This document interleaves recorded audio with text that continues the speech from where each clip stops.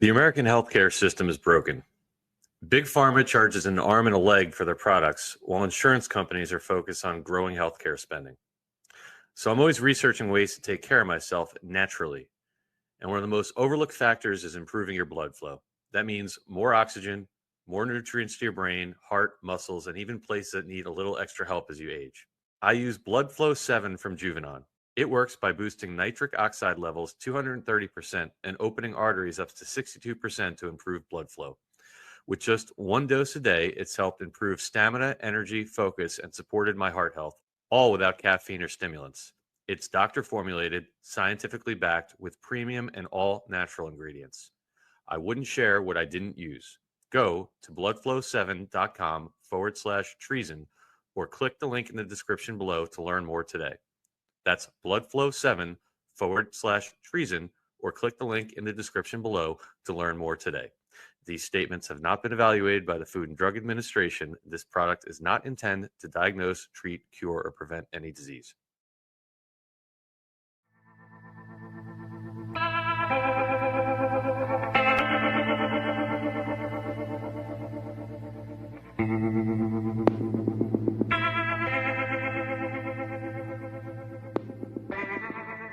What will we do with this moment? How will we be remembered? Look at the opportunities before us. This election really isn't about the left versus the right. It's about we the people choosing our government and the choice between freedom versus tyranny. Nobody has a chronic disease burden like we have. Why are we allowing this to happen to our children? Ultimately, the only thing that will save our country is if we choose to love our kids more than we hate each other. What is going on here is deeper than politics. It is deeply spiritual. We are being called to rise above the hatred and the fear and the evil. And it's the people who are making America great again. Constitution says treason is punishable by death. You've accused your adversaries of treason. Who specifically are you accusing of treason? Well, I think a number of people, and I think what you look is that they have unsuccessfully tried to take down the wrong person. These are corrupt politicians, fake news, the Comeys of the world, all of the bad things that went on. It's called the swamp. And you know what happened? And you know what I did? A big favor. I caught the swamp. I caught them all. That's treason. That's treason. He is a criminal. He's a criminal. He got caught. Read his laptop. And you know who's a criminal? You're a criminal for not reporting it. You are a criminal for not reporting it. Joe Biden is a criminal, and he's been a criminal for a long time. And you're a criminal in the media for not reporting it. That's treason. That's treason. If you look at crooked Hillary Clinton, if you look at all of the different people, there was no transition because they came after me trying to do a coup. They came after me spying on my campaign. They started from the day I won and even before I won, from the day I came down the escalator with our First Lady. That's treason. That's treason. And we've caught them. We've caught them all. And we've caught them. We've caught them all. We've got it all on tape. We've caught them all. But should she lose, we'll have an insurance policy and we'll get this guy out of office. And that's what they said and that's what they meant. That's treason. That's treason. They say, holy shit, they caught us. They caught us. What storm, Mr. President? You'll find out. Welcome, everybody. Happy Wednesday, August 27th, 2025. Welcome back to NewsTreason, Channel 17. And of course, Wednesday night means it is time for the Q News Review with the one and only Mike King of realnewsandhistory.com. How are you doing this fine Wednesday, Mr. King? I'm entertained. Doing well. How are you all doing? Hanging in there. You know, today, as I was saying to you backstage, I am going to touch on it for a minute. Today is not one of my favorite days. I don't enjoy when we have to go through what seemingly appears to be some form of a psyop narrative deployment in Minneapolis, and we're going to touch on that in a minute. And as usual, we'll let everyone decide for themselves what they think is going on. But Mike, man, since we last talked, a New York Times piece tonight, book ended by, as we're going to get into the piece, expansion of it, and also the announcement last Thursday that they're going to be using judge advocate generals in Washington, D.C. So obviously we're going to touch on that in a minute, but I guess I just want to get your take. Things are seemingly moving along very quickly. Yeah. And I think, the number of times that we've sat here, all of us collectively over the last 4, 5, 6, in some cases for other people, 7 or 8 years, and said, where's the military? I mean, we are seeing it roll out right in front of our faces. And at the same time, we're seeing a very, very, very strong public relations case being made to expand it to other places. And I know, like I said, we're going to touch on that in your first piece, but I guess just your thoughts as you're watching all this play out, having waited so long for this type of visible presence. Yeah. Well, it's always important to do comparisons from then to now, or from here to there, to really appreciate how far we've gone. And if you just go back to the original Q post, or several posts where it spoke about the deployment of National Guard and president and what conditions need to be satisfied and how can this be done, etc. Just go from there to where we are now. And it's really, if it was something that had happened within a week of the original posts, Yeah, it would really be astonishing to people. But it's happening in dribs and drabs, so maybe it's hard to get excited about it, even as they're rolling out in these different cities. So it's like that with a lot of things. We spoke last week about the changes regarding our position vis-a-vis Russia and Trump and Putin.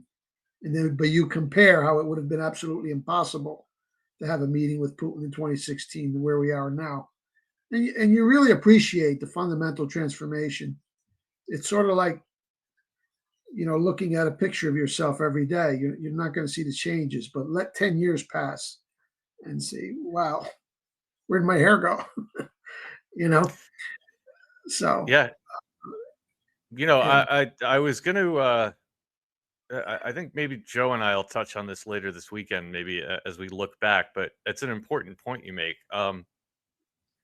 So many people, when you talk to somebody the first time, or if you can even get into the conversation with them about what Q is, and if you could even get to that conversation about the notion of potentially Biden not being president and Trump being commander in chief the whole time, the natural question you get is, oh, okay, so then that means Trump is responsible for all these bad things that are happening. And that's to be expected, right? It's somebody that hasn't been there on this journey. They're not going to have an understand they would have no concept of the fundamental shift that these bad things, which many of them we have dissected left and right to point out that they're really not as bad as they might seem.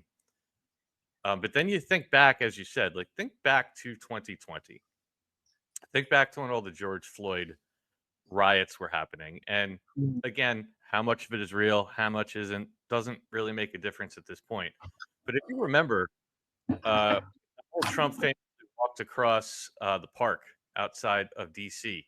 with the Bible and stood in front of the church after they had burned the church with the Bible, right? I don't know if most people remember that the night before, they actually had to put him in the bunker of the White House because there were people actually trying to breach the gates of the White House, at least so we're told, and attack the presidency. That's where the temperature of the country was. And it was at a time where the media was fear-mongering that Donald Trump is going to turn the military against his own people and he's going to declare martial law and all these other things, right? And now you fast forward and you say to yourself, we have the National Guard on the streets of D.C. the polling is all over the place. I get it. But if you really drill down, what you find is the overwhelming majority of the people in DC are going about their lives like nothing has happened. Without the skewed polls, you're finding that the overwhelming majority of people are happy to have them there, are happy to see the crime going down. There is no mass protest. There's nobody trying to scale the fence of the White House. The point being, like, well, what changed? 4 years of psyops of Right. migrants coming in and people getting murdered and all the insanity. And whether people are willing to admit it or not, look at the end result. You now have them on the streets. You Yeah. have them federalizing almost everything. And you have to say to yourself, would it have worked that way in 2020 when there were people trying to scale the fence? Yeah. It wouldn't have. So, and it's important, like you said, in hindsight, to look back and realize where we came from and how, as much as it seems crazy to have let Biden be there for 4 years, and well, would we have such a smooth transition as we have now without that? I would certainly argue you wouldn't. No, it's absolutely necessary. You can't tell people, you have to show them, right? We were told that, maybe a week or two after the election when we were all crying about it. Here comes Q, essentially saying, don't worry, we got this. This has to happen. And then we begin to figure out what happened. Yep. So, yeah, everything is necessary to get us to this point. And here we are. And I'll tell you, following Q all these years, I always expected, this rollout would be something very confusing to the public, perhaps unsettling, okay, accompanied by an EBS or some declaration of emergency. Right. So I didn't foresee it going this route, and it's much better. It's just being accepted. And beyond accepted, it's being welcomed by many people in certain areas.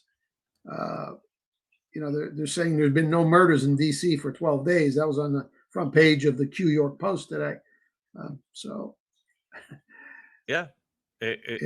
look at the patterns, right? Look at DC, obviously the epicenter, and then we're talking about, when we get into your piece, we're talking about Chicago, New York, and every place where they have made a focus of the mayor or the governor or the migrant crisis. Every place is, and then you say to yourself, why were we getting all those stories? Why were we getting the Chicago mayor outright defying Trump on deportations and things? Because that was setting up the narrative of these people don't want to work for you, and creating that manufactured consent for the military.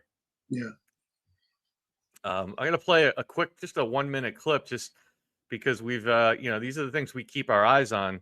I think we guessed right on this one too, that when Donald Trump rolled them out on August 11th and said it's going to happen quickly, we speculated that, look, along with this, you're going to see a public relations campaign to show people that it's working, to show people that it's not crazy martial law, to show people that there's justification to do it. And I'll just give you an example of the stuff that's getting circulated around, organic or not. I have no idea at this point. But there's a lot of this happening, to your point. And this is somebody that I just saw this today, I think, over on Instagram. He was going to look like Germany in the 1930s. Isn't that what you guys said? Isn't that what you predicted? But it's funny. If you walk through D.C. now, peaceful, clean, safer, speak to the residents of D.C., and they will tell you a totally different story. They will tell you that they appreciate what Trump has done and what the Metropolitan Police Department, working with the federal government, has done, and that they can now take their family out in the daytime. They can now come out to their cars not being broken into. Just overall a better way of life. Why every time Trump tries to do something, the left always try to fearmonger and exaggerate on what he's going to do?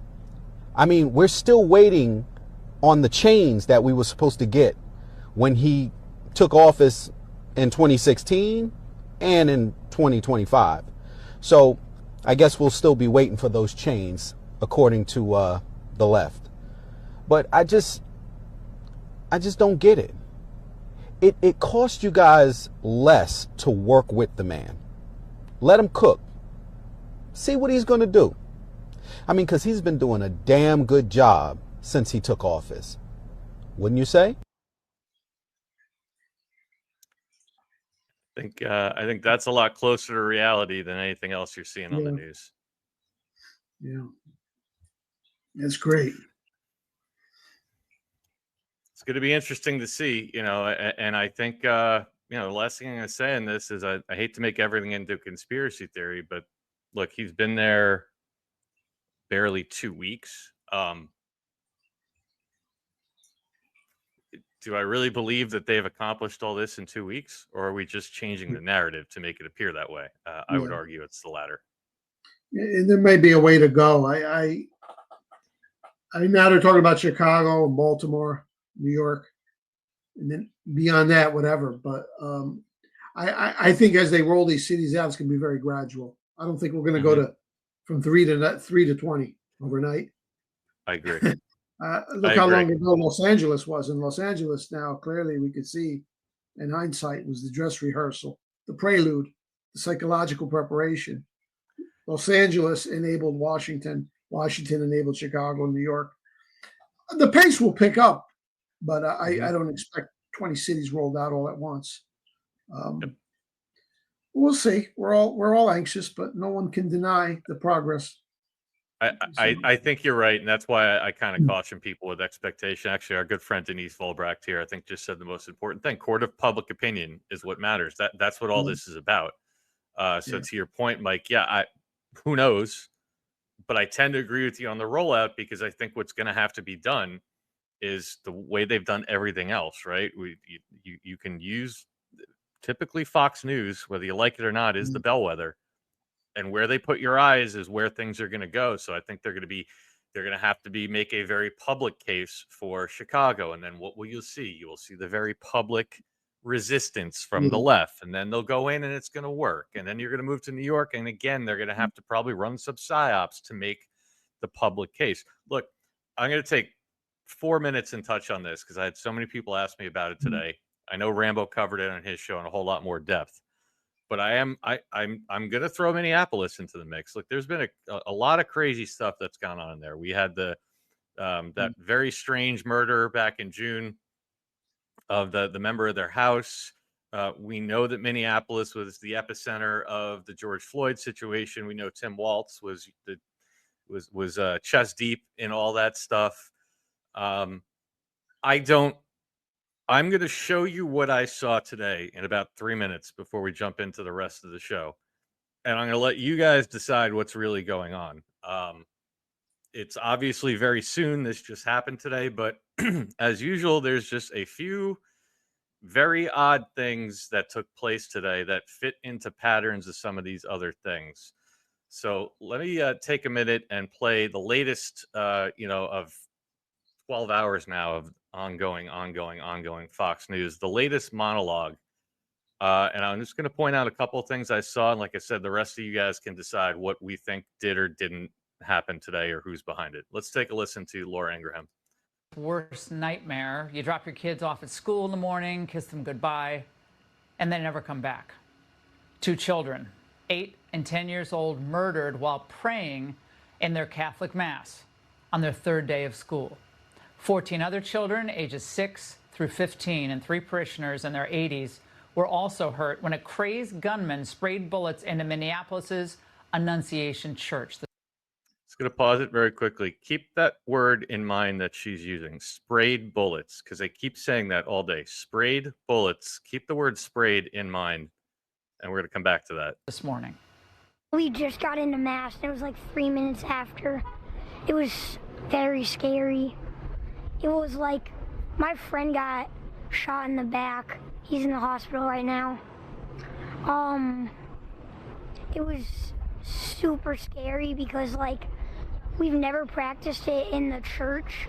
We've only practiced it in the main school. So we really didn't know what to do. We just got into the pews and he shot through the stained glass windows. My friend Victor, he was like laying on top of me, like making sure I was safe, and he got hit. So that was really brave of him. My friend like ran, someone helped him like run out. He saw him, he was wearing all black, and he had a ski mask on. That killer, who was identified as Robin Westman, killed himself outside of the church. He was 23 years old. Now, Westman's mother had his name changed in January 2020 when he was a minor, because at the time he identified as a female. Yeah. All right. So again, remember that word that she used, sprayed. Mike, I'm not going to tell everybody what to believe. If that kid did that interview about 20 minutes after surviving a mass shooting in a church at 10 years old, he has got a future in media. I'll tell you that much, because wow, that was very polished, very, very polished. And of course, if you go to like the last, this is now really, there's been more than three, but the three big ones have been this one, the one at 345 Park Avenue in New York, and the one down at the CDC.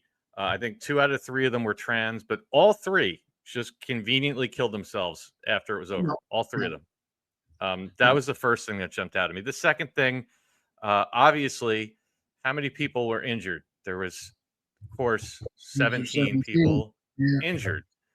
Our good friend Mark Messina also just happened to notice that the school had about 395 students in total. 3 plus 9 plus 5. Well, that would equal 17 also. Those could be coincidences. What I don't find to be a coincidence. And then, of course, minutes after it happened, we get his manifesto. They always have a manifesto. And, of course, he had killed Donald Trump, apparently, and all this stuff written on the gun. And, of course, we're getting pictures of it in real time. This is the one that got me, though. And hat tip to our good friend Rev DQ and to Joe Rambo, who both put this decode together this morning.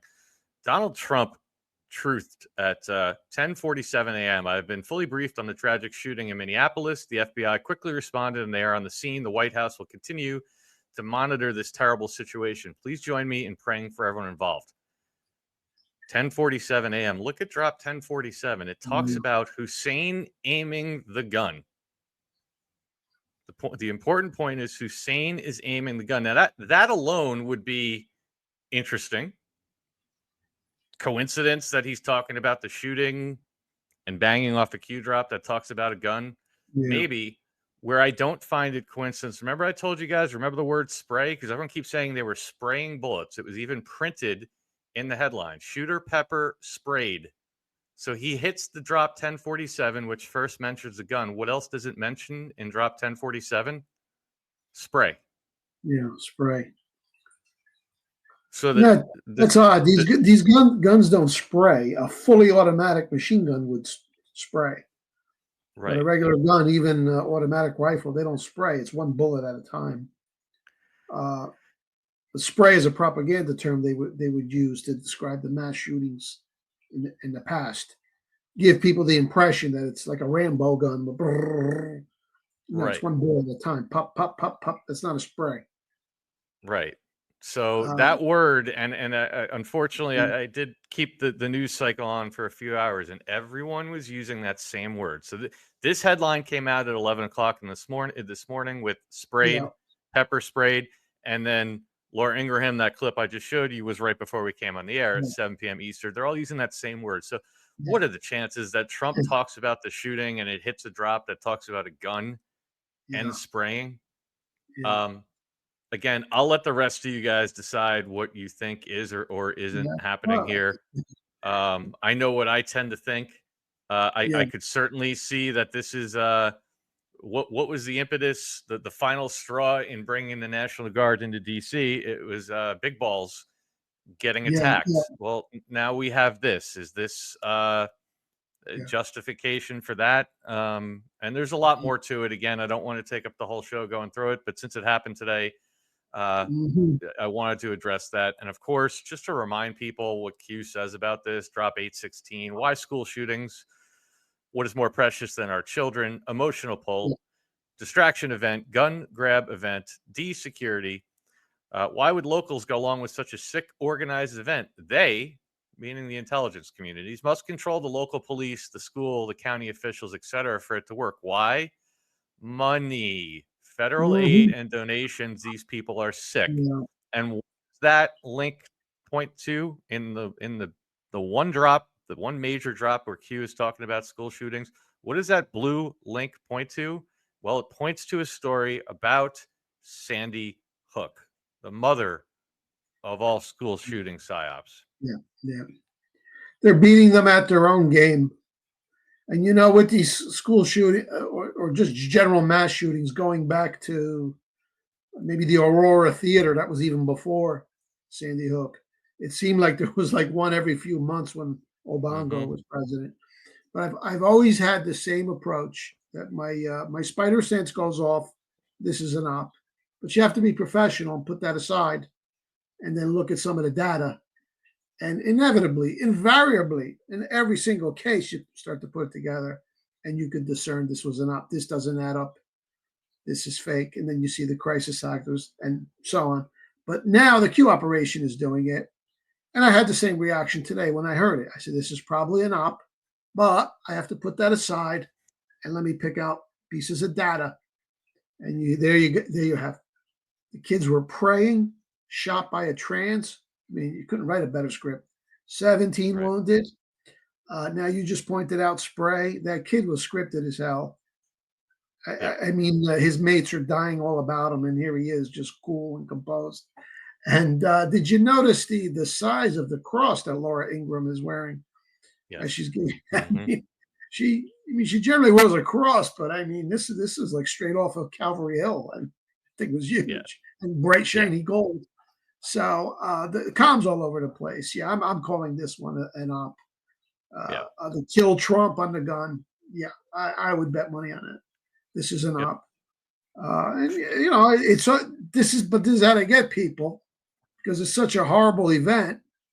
It gets emotionalized, and then inevitably people come back with, well, you know, don't you care about the families? I mean, but that's a fallacious argument. There aren't no families. No, I do not believe this is true. And as we've established, not only is the Q operation logistically capable of duplicating everything that the bad guys used to do, they have no qualms about doing it. And you know, for some people, that's hard to accept, like with the fake assassination of Trump, that kind of stuff. It's very deceptive. And if one doesn't understand what's at stake here and the necessity of it all, the question arises: well, aren't they being just as bad, just as deceptive? No, because it's for a good cause.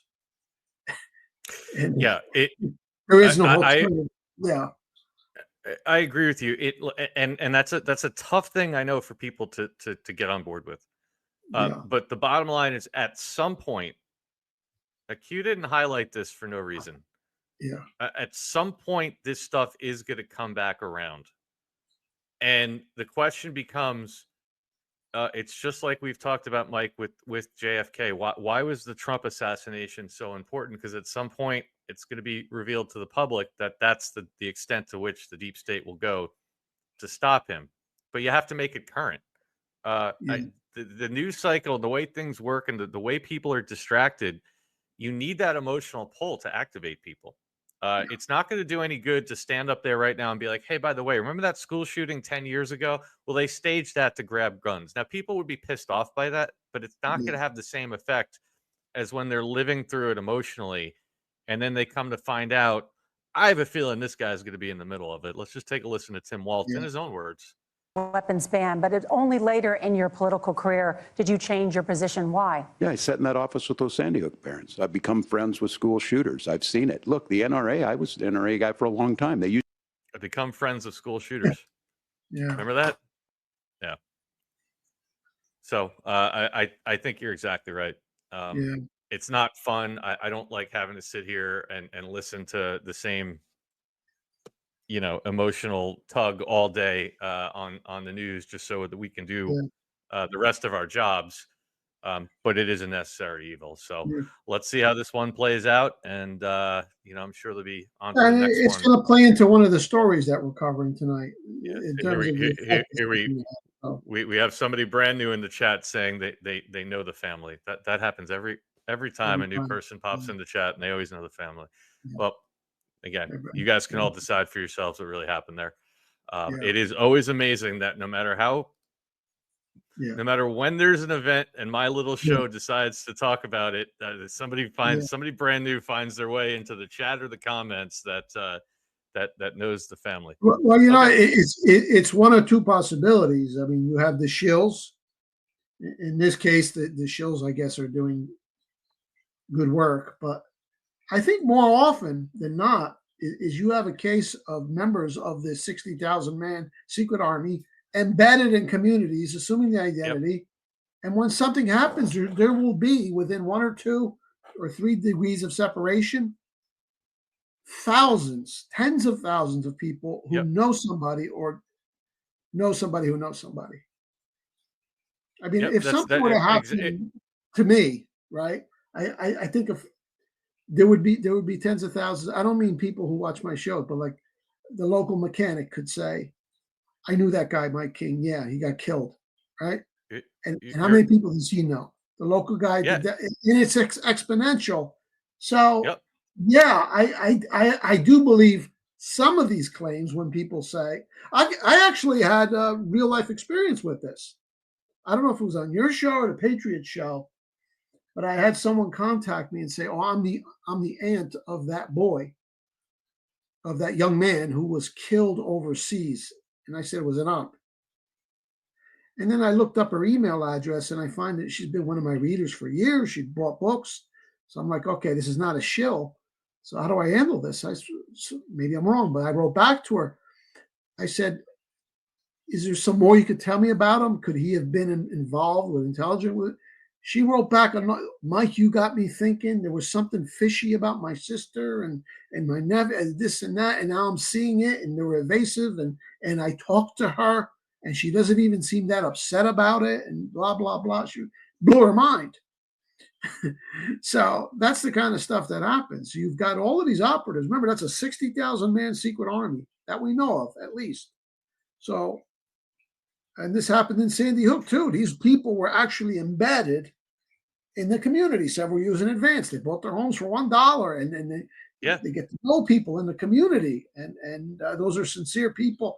No, you're wrong. I know somebody, or I know somebody who knows somebody. So that's how it works. And I imagine the special ops can very easily do the same thing. So, you're 100% right, Mike. They had, and that's what's exactly what's alluded to in that drop.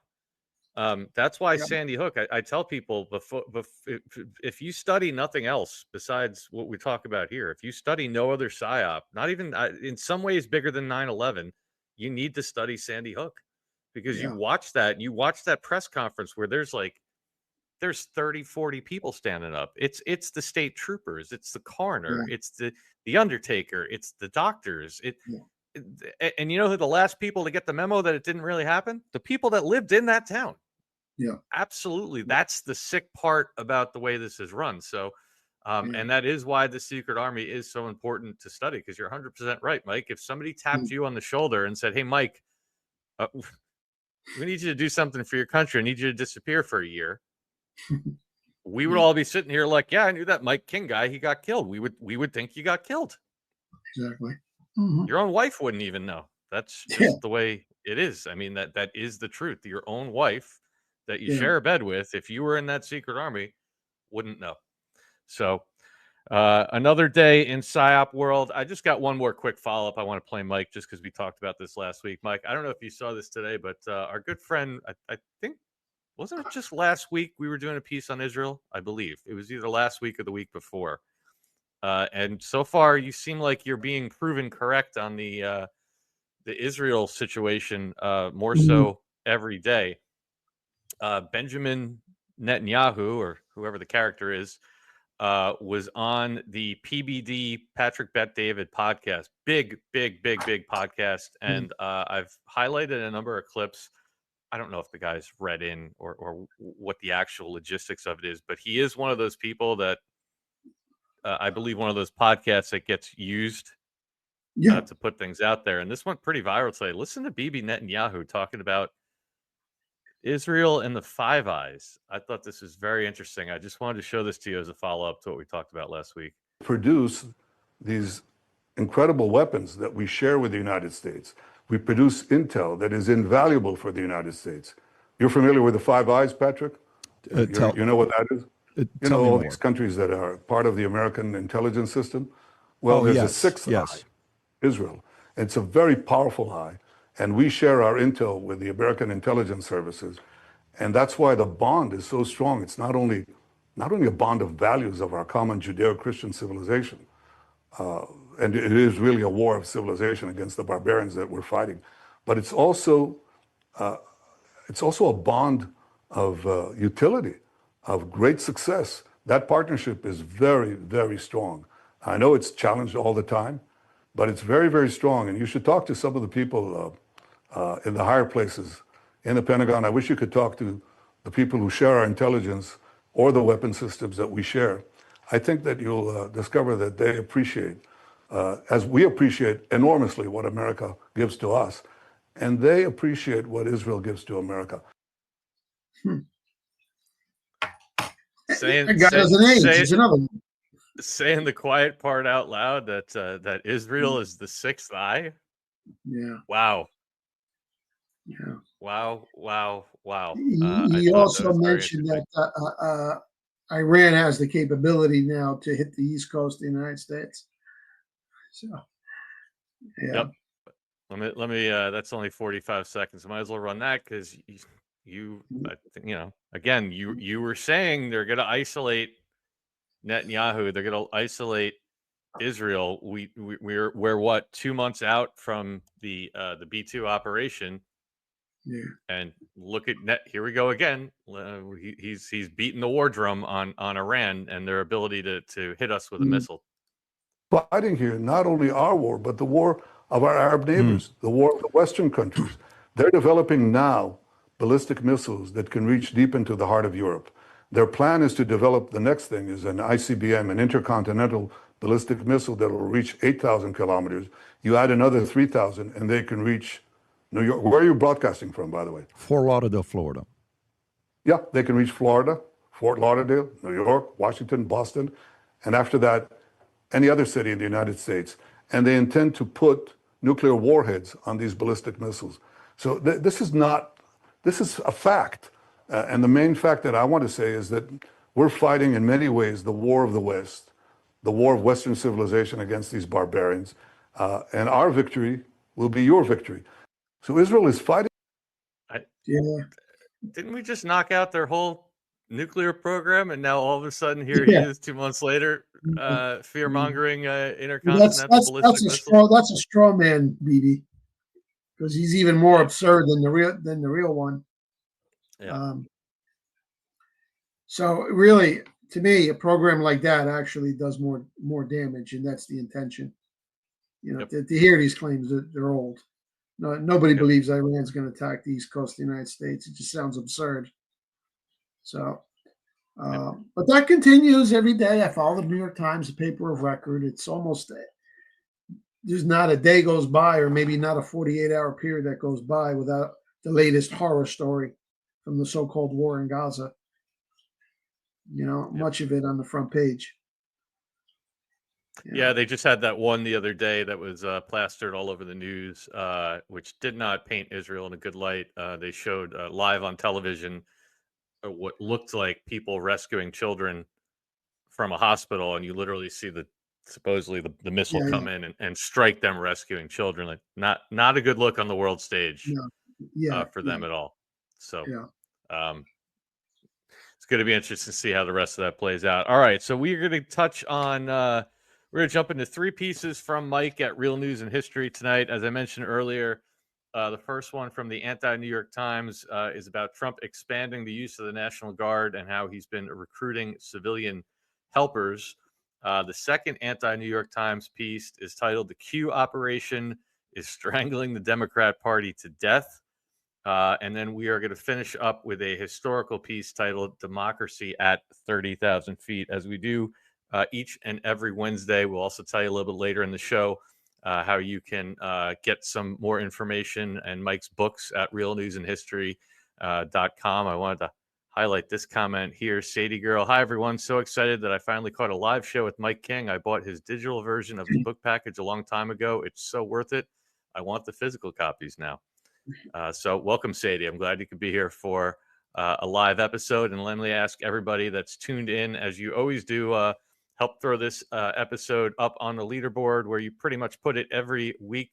This is now episode 61 that we've been doing this show.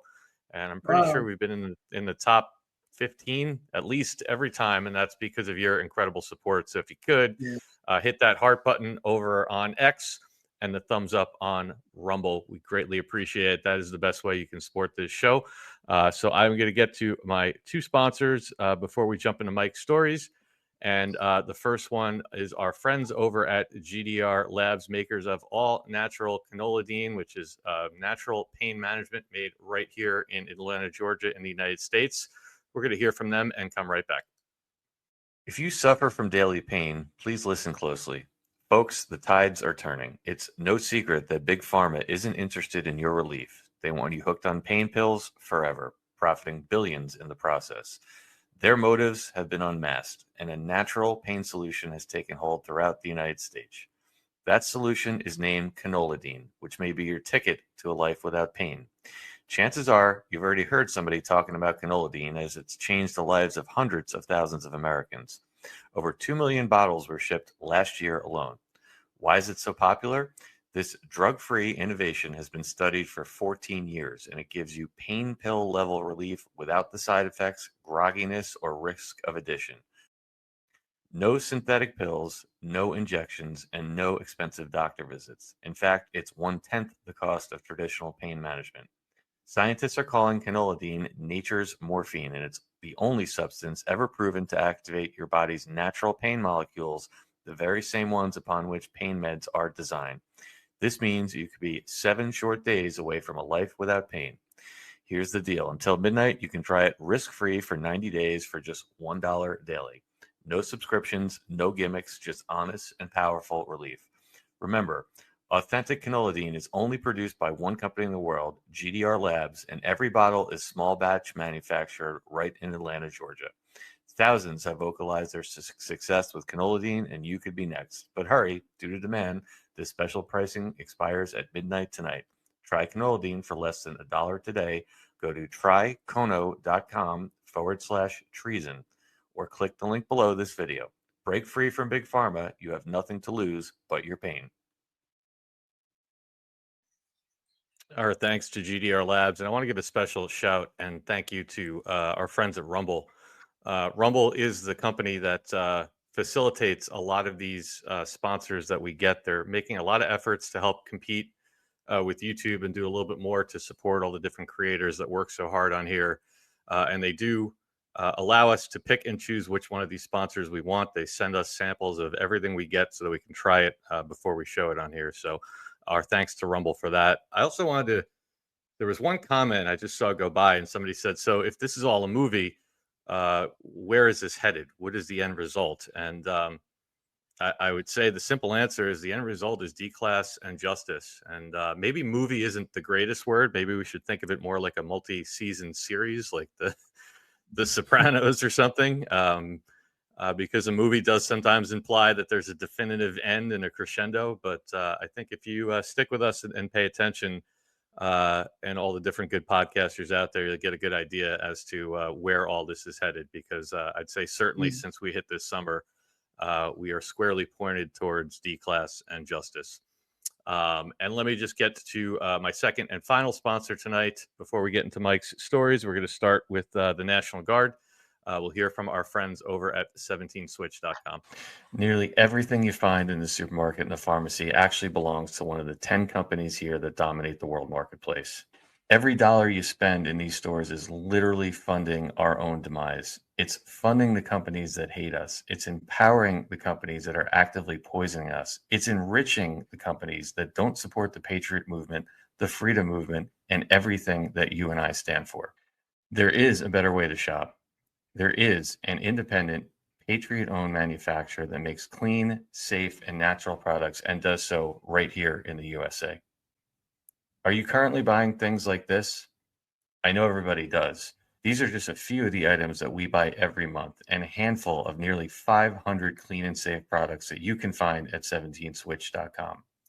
Products that are made here in the United States by a Patriot-owned company that provides American jobs for American people. So what if we all banded together?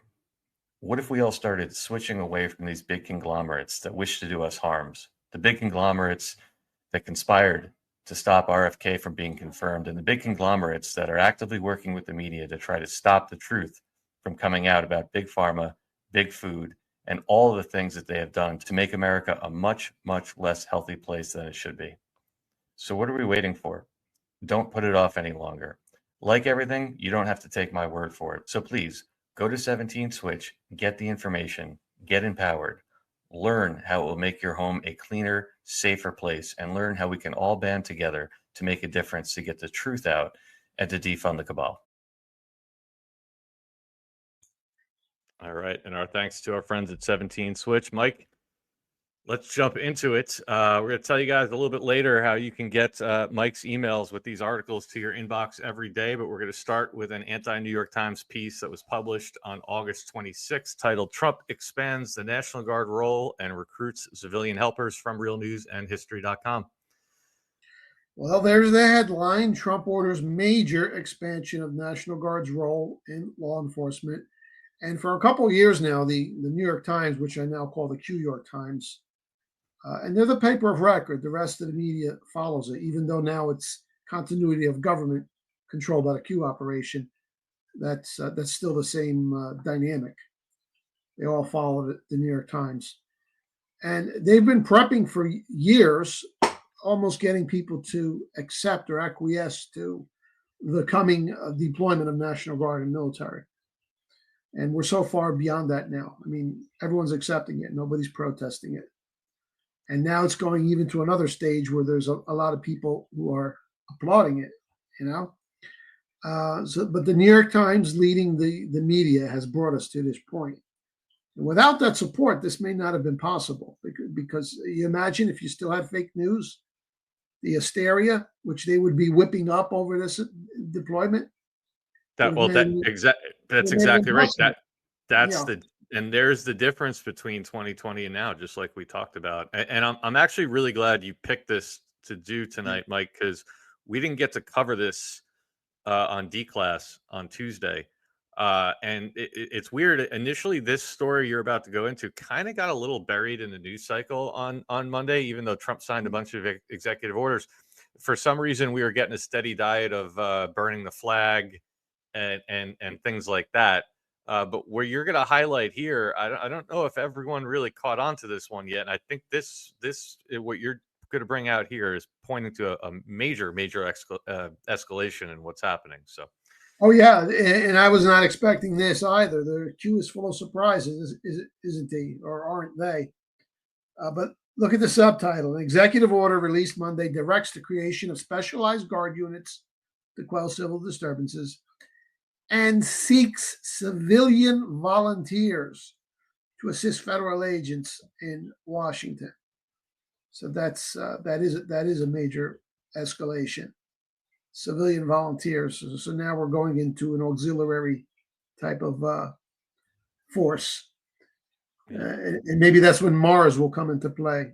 Military auxiliary, because that's what that is. I forget the perfect military auxiliary radio service. Radio system or radio service. Right. Yeah. But it is clearly, you go right to the website, it's clearly defined as a military private partnership.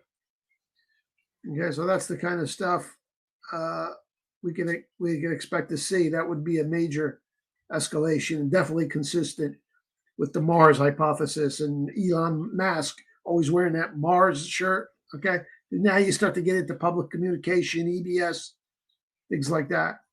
So we'll see where that goes. But this is a first, as far as I know, that I've heard of civilian volunteers being brought into the mix. or that's in the being contemplated. And, and it's interesting, Mike. I mean, again, the two things that you highlight there, just to repeat it, to quell civil disturbances in each state, so not just DC, and the civilian volunteers. I don't know. It's going to be very interesting to see how this plays out because, we've had Sheriff Richard Mack on this show a few times. I would say he certainly has some ideas as to what's going on. And when Mark Abrahams and I went to the Constitutional Sheriffs and Peace Officers conference last October down in Orlando, one of the things they were highlighting is the notion and the power of sheriffs to create their own posses legally.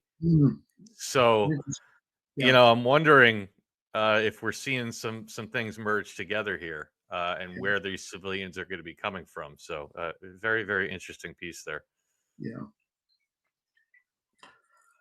And I wrote, critics on the left, both the real ones and the ones wearing masks who are part of the operation, as well as supportive Anons on the right, we are all in agreement on one thing. The fighting crime, quote unquote, rationale being used here is just a pretext for something else. That is quite obvious. But what is the real reason? So there doesn't really seem to be much dispute about that, that this isn't about crime. I know that's how the media is portraying it, but in terms of like the political analysis of this, clearly it's just not about fighting crime. There's something else going on here. There's a headline there. I think that was from CNN. Following LA and DC, Trump wants to send the National Guard to other U.S. cities. Here's how he can do it. And this has been consistent these last few years. It's always delivered in a context of inevitability. He can do it. Here's how he can do it. Countless articles in the New York Times. So they never really squeal about it. They just say, he's going to do it. And by the way, he can. So that has been an important part of the preparation work to get to this point. Total acceptance, whether it's black pill acquiescence or something else, everyone just accepts that there's nothing could be done about it. Now we're going into a whole new level where people are actually approving of it. It's amazing. But it wouldn't be possible to repeat it. It wouldn't be possible without characters like this clown in the middle, and without people just constantly seeing their own leaders in their cities defying. We didn't even get to it today, but the Kilmar Abrego Garcia psyop is back, and so you're right, Mike. Of course, are there the resident talking heads that are saying that Trump's militarizing the country and things like of course you're always going to have that. You need to but it's nothing like what we saw 5 years ago, 6 years ago. It doesn't even come close to that level. It's exactly what you're presenting here, what you're saying, how we're getting a little bit of resistance, but the overall message it's being presented with, and just like you said, with an inevitability, this is going to happen. And the key ingredient in achieving that change in the public sentiment is time. It was time. And we can only appreciate it now that it's passed. So all the while we're anxious and we complain. I complain too sometimes, but again, look where we are.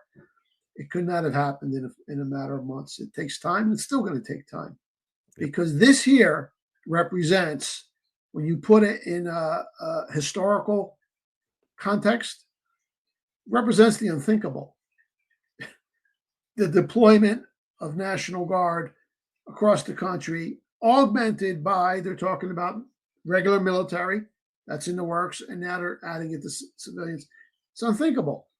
Because even in the past, when presidents have used the National Guard, it's just been for a specific objective, like Eisenhower shaking down the Arkansas public schools, or JFK deployed them down to Alabama. Even Ulysses S. Grant to suppress the KKK activities in Louisiana. It's one specific point. He's talking about nationwide rollout. This is unthinkable. Would have been unthinkable years ago. And here we are. in so many ways. Once again, the unthinkable is the new normal, right? So, and you almost wonder, Mike, what you going back to because it was also in this wording to quell civil disturbances in each state. That's almost the exact wording right from Trump's executive order. So then you kind of say to yourself, well, what civil disturbances are they expecting? Reaction to arrests, a reaction to a Pritzker getting perp walked? Like, we'll have to wait and see what happens. But the wording is very interesting to me. And then you go to Q drop 22, where no war, no civil unrest, clean and swift. So what are they expecting? Maybe perhaps it is going to be an expected reaction or a perceived resistance to some of these people going down. We're going to have to wait and see. But I find the wording very interesting. Yeah, sure is. So, I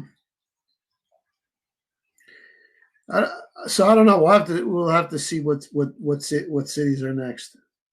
But what else we got? So there's Pritzker.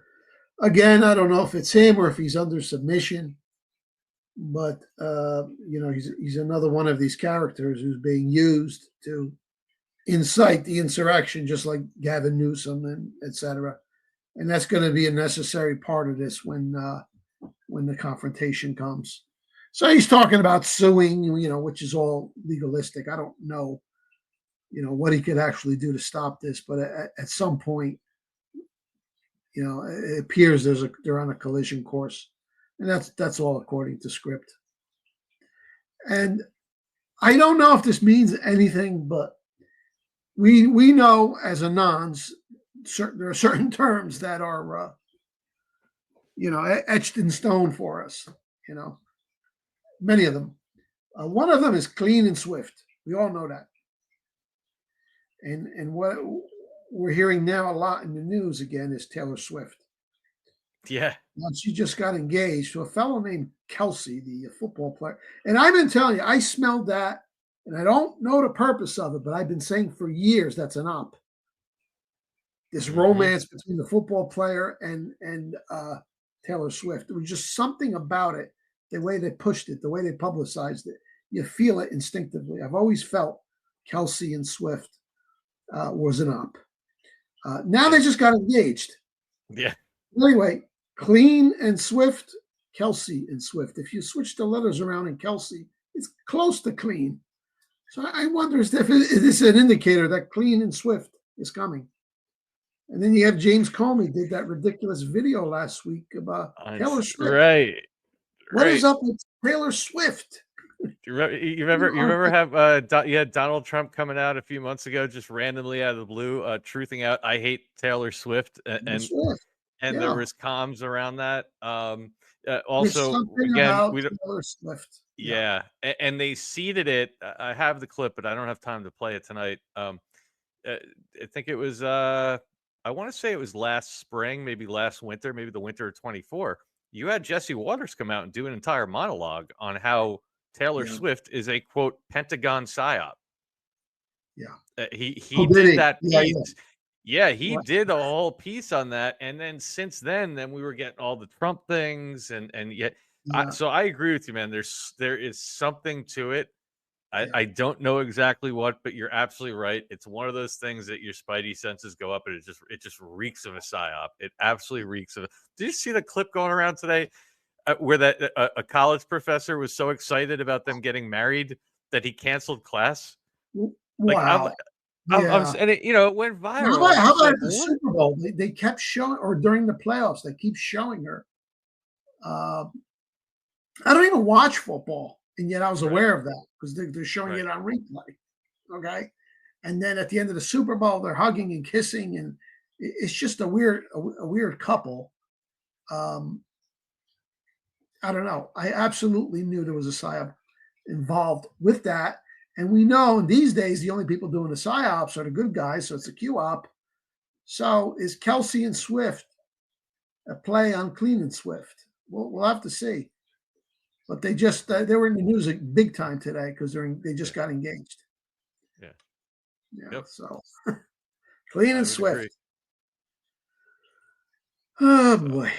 And he is having a good time with Pritzker, man. He is laying into him in Oh terms yeah, of well, names he and needs to go everything. to the gym. Yeah. Yeah. Pritzker's own the big hotel chain that is it Marriott? Hyatt. The Hyatt. Hyatt, I thought. Yeah, they're immensely wealthy. Yep. And one of the Pritzker women, I don't know if it would be his sister or his wife, but years ago, she was basically caught red-handed giving out cartons of cigarettes to get out the vote in Chicago. But they get away with that kind of stuff. Very vile, crooked people, the Pritzkers. Mm-hmm. So. Oh yeah. And then you got the mayor of Chicago. They went from that alien-looking chick, whatever her name was, to this new guy. Was he put there for this role? I have no idea, but he's doing a great job of pissing people off, and that's what needs to happen right now. Yeah. All right. So, as far as making predictions and dates, I think we've all learned our lesson in that respect. These guys are so good that they fool all of us. And the game of making predictions as to what is going to happen on or by this or that date is a fruitless endeavor.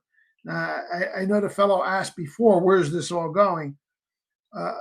It's important to clarify it's already happened. We're just trying to guess how they're going to replay it. I mean, yeah, there'll be new people arrested, I'm sure, but the big players have been taken off the field. Everything's under control. It's a total military operation. The objective of the game now is to essentially reenact the events for the public in a way that is understandable, not too scary, and will actually get the support of the people for the operation. And Mike, something that bears repeating on that, and I know everyone, if you watch this show regularly, you've probably heard me now say this over the last like 4 or 5 episodes, but we do have a lot of people that don't necessarily get to watch every show. Mm-hmm. So I think it is an important point to make, because we kind of we say that it's already happened, and people go, what do you mean? Everyone's in masks. Okay, forget for a minute masks and body doubles and any of that stuff, right? Those of you that follow Q, Mike certainly knows this. The arguably the greatest Q proof that there is was John McCain. Actually, yesterday was the anniversary. John McCain done in 30, where the Q told you that McCain was not going to exit on his own terms. Done in 30, and then it predicted the death of John McCain to the minute, 4:28 p.m. to the minute. And Q gave you that because they were showing you that they were taking people out. Yeah. McCain was a traitor. He was taken out. He was executed. That's the only logical conclusion you can reach. The reason I have to say that once again is because this bears repeating. If John McCain, if even one person was tried and executed by the military, that would mean that the writ of habeas corpus was suspended back then, 7 years ago. Otherwise, the military can't do that. So, when we say these things are done, and when we say things like the National Guard is going in with marching orders of who to, to potentially who to arrest and how many of these people were taken off the board. David Clements, we played on Saturday, that great piece about and you have guys like Bannon that are publicly now talking about suspending the writ of habeas corpus so that the military can make arrests. And I have a feeling you're going to see that, and maybe it might even go up to the Supreme Court and get re-adjudicated the way it did for Lincoln successfully. Maybe.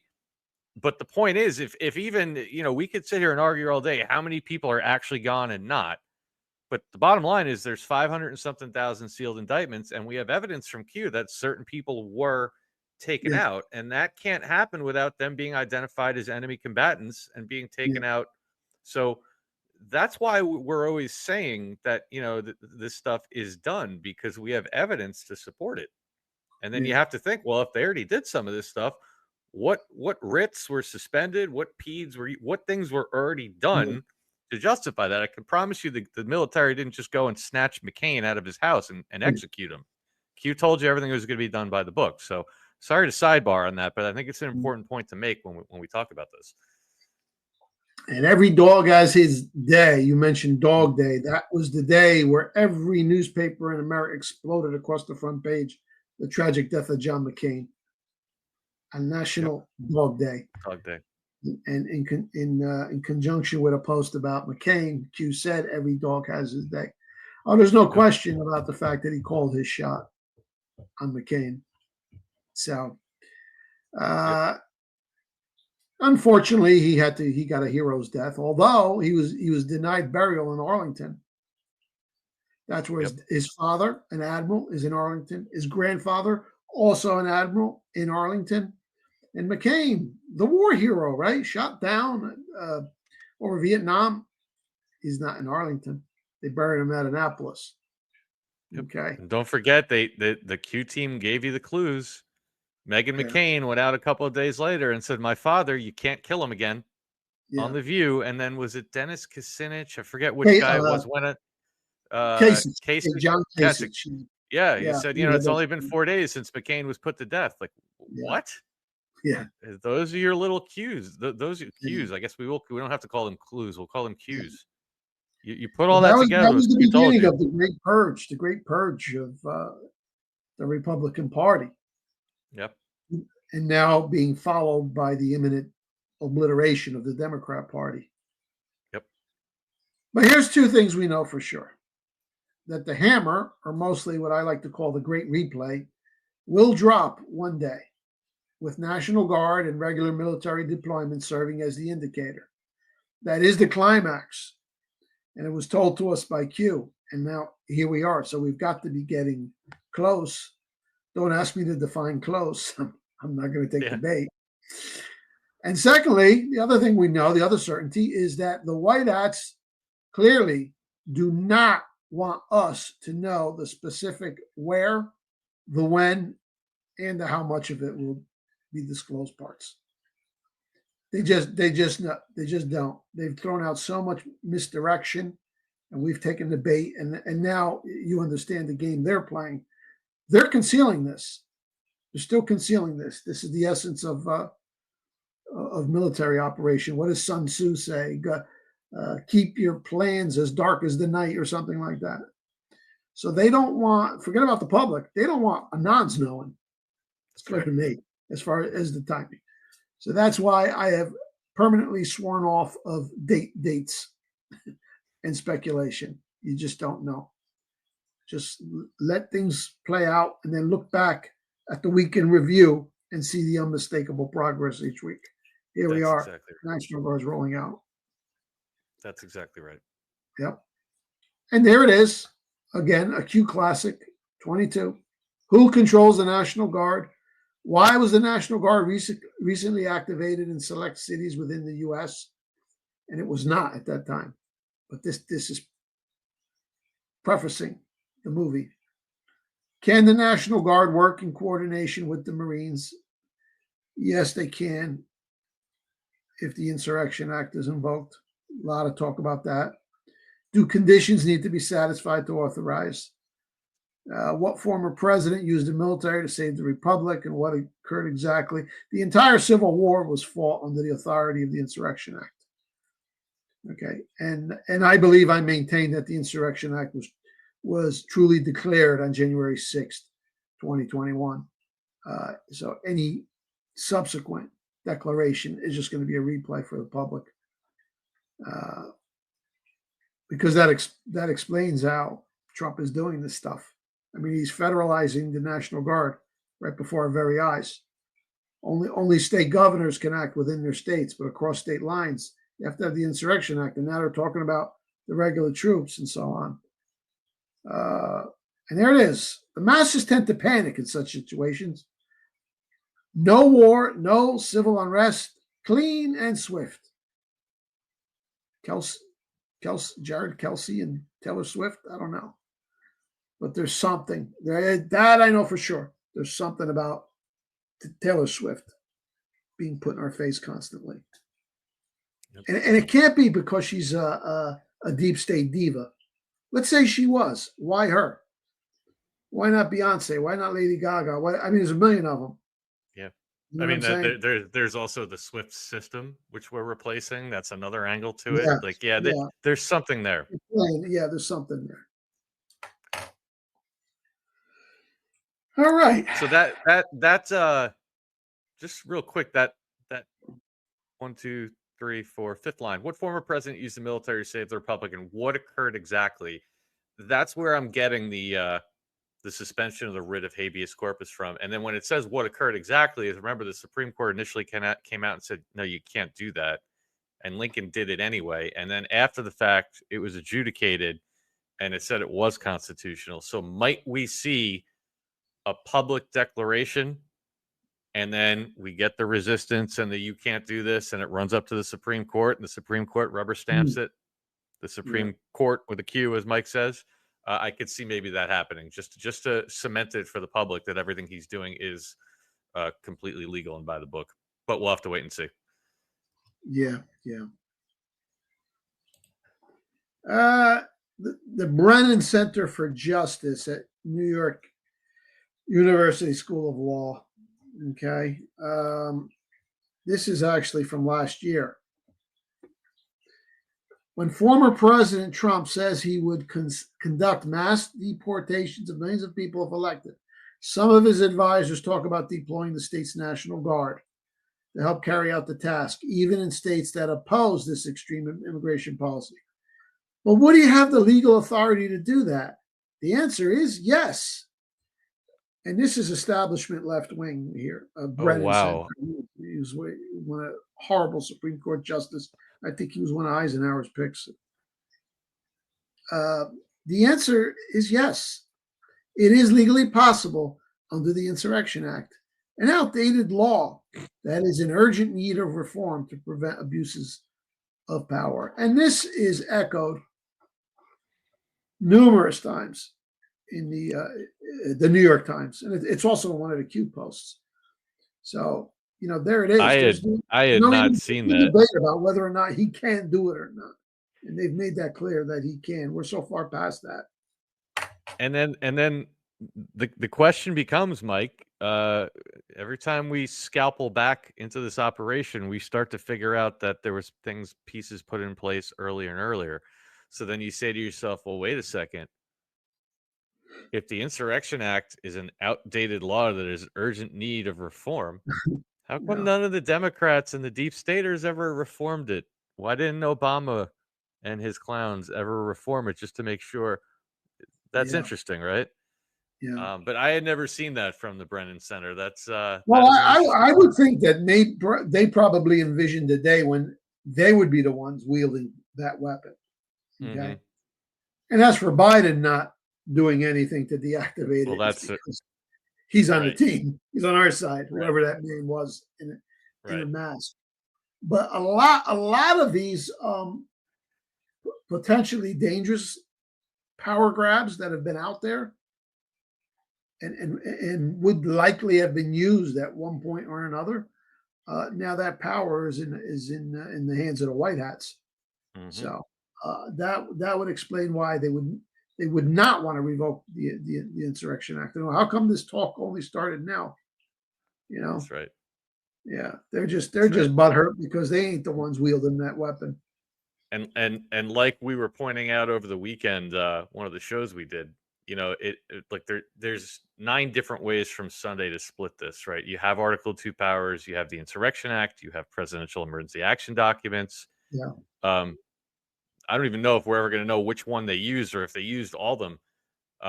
But we were pointing out that Trump keeps sitting there saying, well, I'm going to see how long we're going to do this with the Guard, and if I have to, I'll declare a national emergency. But he already did declare a national emergency. Executive Order 13818 declared a national emergency. Several of them, and several, and it was extended. In fact, we even used AI yesterday, and we found, in fact, Patrick Gunnels and I did it. We did it on 2 different AI platforms. And AI, and again, you got to take everything with a little bit of a grain of salt, but AI identifies that since 1978 or 76, when they put the national emergency, the act into place, that there are anywhere between 40 and 52 national emergencies that are still active. So when he sits there and says, I don't have to declare another national emergency to do, he doesn't have to. They're all sitting there already. They've been sitting there. One other little nugget that I wanted to highlight, since we were talking about the expansion, we were mentioning, Mike, that little nugget they threw out and then kind of walked away from last Thursday with the Judge Advocate General, 20 of them being called in by Jeanine Pirro, which Jeanine Pirro doesn't have any power to bring them in, so that's a cover story. But then, wouldn't you know it, 2 days later, on the 24th, the Secretary of the Navy announces Major General David Bly taking the assumption of command as the Judge Advocate General for the Department of the Navy. And here's where it gets very interesting. He is only the second ever. Now, how much does Q, Mike, talk about the Marines and the importance of the Marines in their role with the president and the National Guard, right? Q highlights the Marines. Well, wouldn't you know it, that, like I said, 2 days after they announce the JAG officers being brought into D.C., this gentleman assumes duties, and he is only the second ever Marine Corps officer to hold the position after Colonel William Butler Remini in 1878.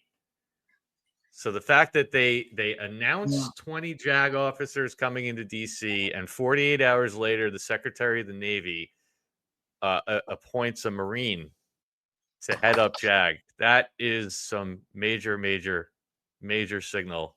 Yeah, in my opinion. It is. And we remember the inauguration of 2017, the two officers who came out of nowhere to flank Trump. We didn't know what to make of it at the time, but their stripes now correspond to military intel and JAG. Interesting name, Bly. I wonder if that's got to do with Captain Bly from Mutiny on the Bounty, who brought those the treasonous mutineers to justice.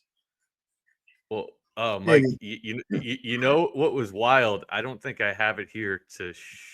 Oh, yes, I do. Hold on. Let's take a 30-second sidebar, because you mentioned that, and I don't know if you saw this, because this happened after our last show. So you mentioned that the military intelligence and JAG, right? The two officers that were with Trump. Well, we caught this. You want to talk about a Q proof? This was Thursday morning. This was an hour before they announced JAG. Dan Scavino put out a 12-second video at noon. And then he put out a 12-second video at 1:20. So drop the 0. 12, 12, 12. So he's beating the hell out of 12. And what is drop 12? Military intelligence is the biggest inside drop this board. And an hour later, 1 hour after he hit military intelligence, Fox News comes out and announces JAG. So they bookended the same two things you just mentioned in comms before they announced it. Crazy stuff. Yeah. And just so everyone can get a quick, excuse me, a quick recap, just so you guys know where we stand. This is where we are as of tonight, as of the 27th, an outline of where the Guard is.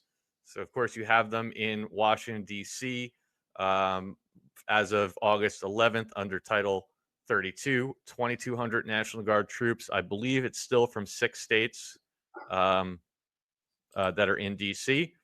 And then, of course, you got on Thursday that they announced up to 1,700 National Guard troops are being mobilized across 19 states to support the DHS and ICE.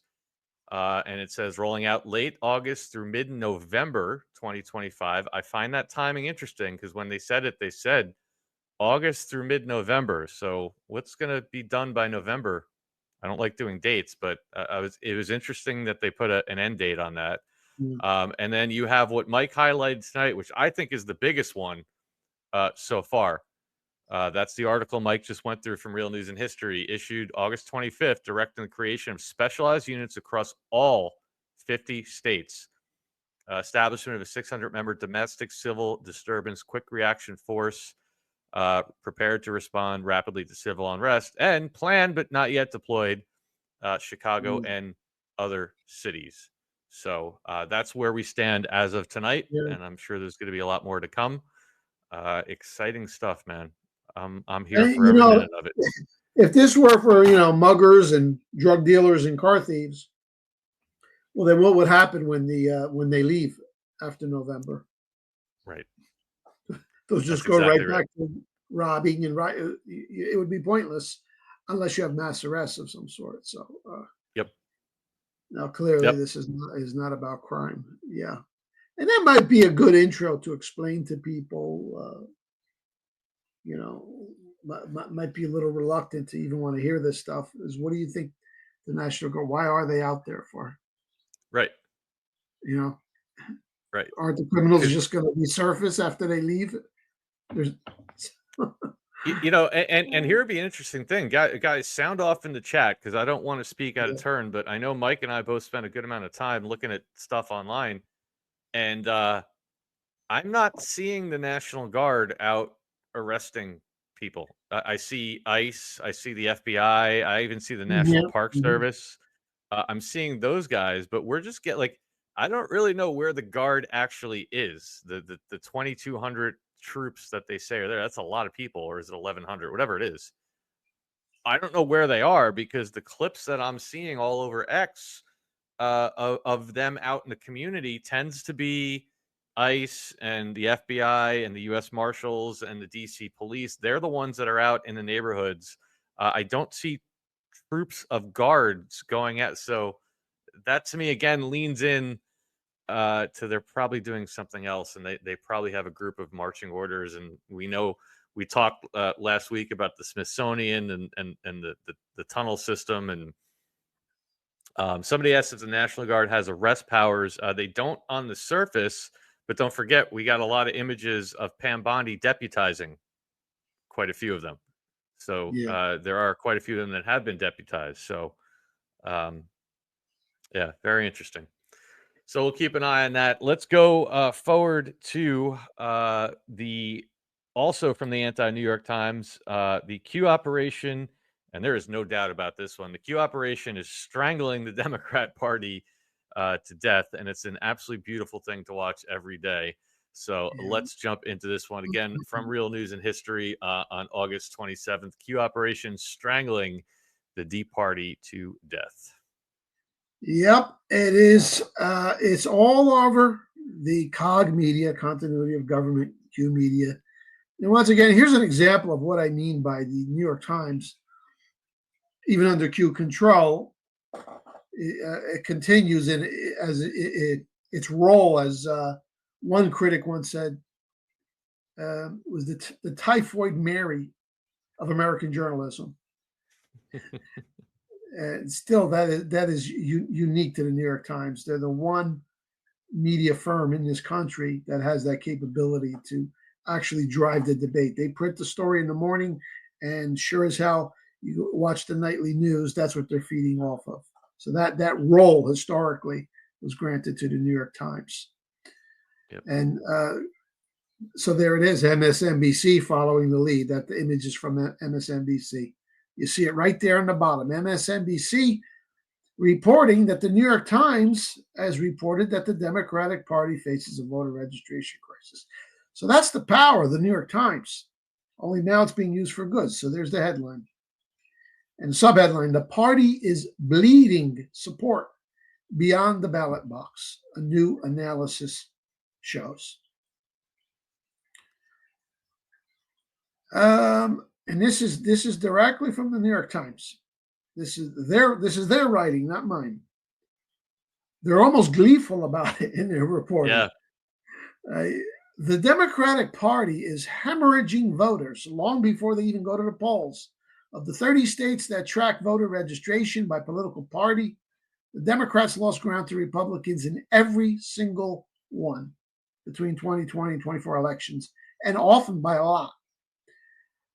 That 4-year swing toward the Republicans adds up to 4.5 million voters, a deep political hole that could take years for Democrats to climb out from. The stampede away from the Democratic Party is occurring in battleground states, the bluest states, and the reddest states too, according to a new analysis of voter registration data by the New York Times. So there's two things here that would have been, again, we go back to that theme of unthinkable years ago. Two things are unthinkable. One, that the majority party, the dominant party of the country, oldest party in the country, would be in this condition. And then the other thing is, you have to ask yourself, is in the real world, in the old world, the fake news world, would the New York Times be amplifying such a claim? Nope. No, they'd be coming to their rescue. They wouldn't even publish something like this. But not only are they putting it front and center, the whole tone of it is almost, you could see that whoever's writing this is his, Yeah. Yeah.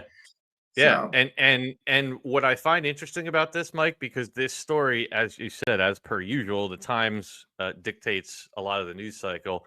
This one was picked up and went kind of nationwide.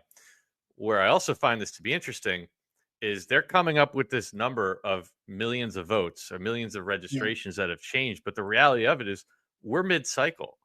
There's no election right now. And most people, when they register when they get their license, or they might do so. So the reality is, what is this number really? If they're telling you, if they're coming up with 4.5 million people, it's probably 10, 12, 20, who knows? Because how many people are just sitting home like, all right, I'm watching the Yankee game. I hate the Democrats, but they're not going to run out and go to the DMV or go online and take the action, at least yet, not until there's, so you're right. For them to even put this out now, I think is kind of a leading indicator.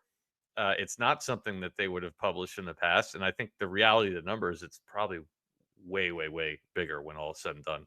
And then you have to consider the all of the dead voters now who won't be able to vote again. Yeah. The voter registration lists that are being scrubbed clean.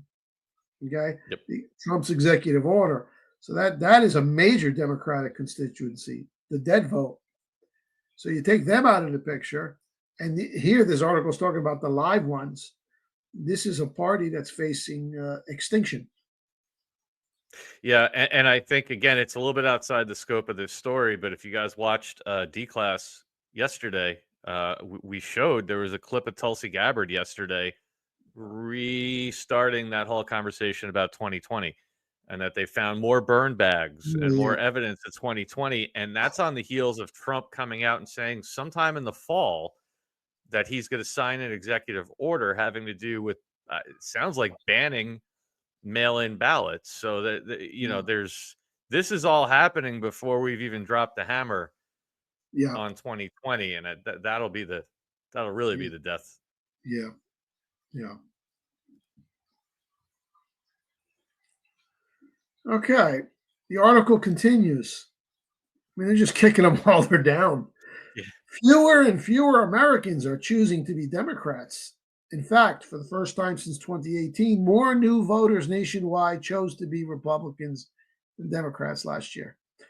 I don't want to say this is the death cycle of the Democratic Party, but there seems to be no end to this, said Michael Pruser, who tracks voter registration closely. Now, this is a total black pill for people who consume, for libtards who consume liberal media.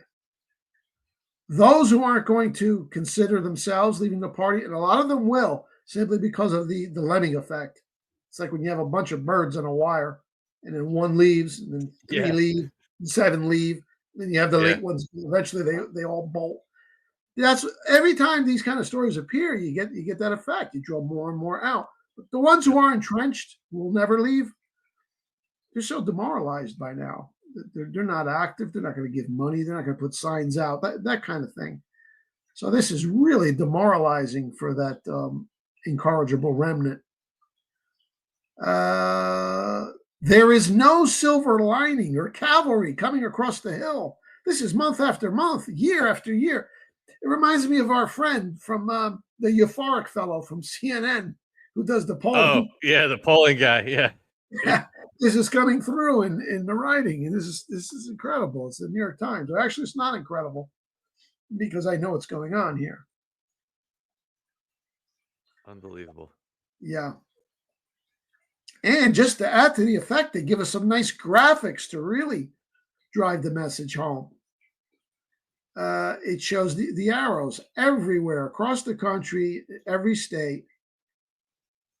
The D's are down, the blues are down, and conversely, the reds are up across the board.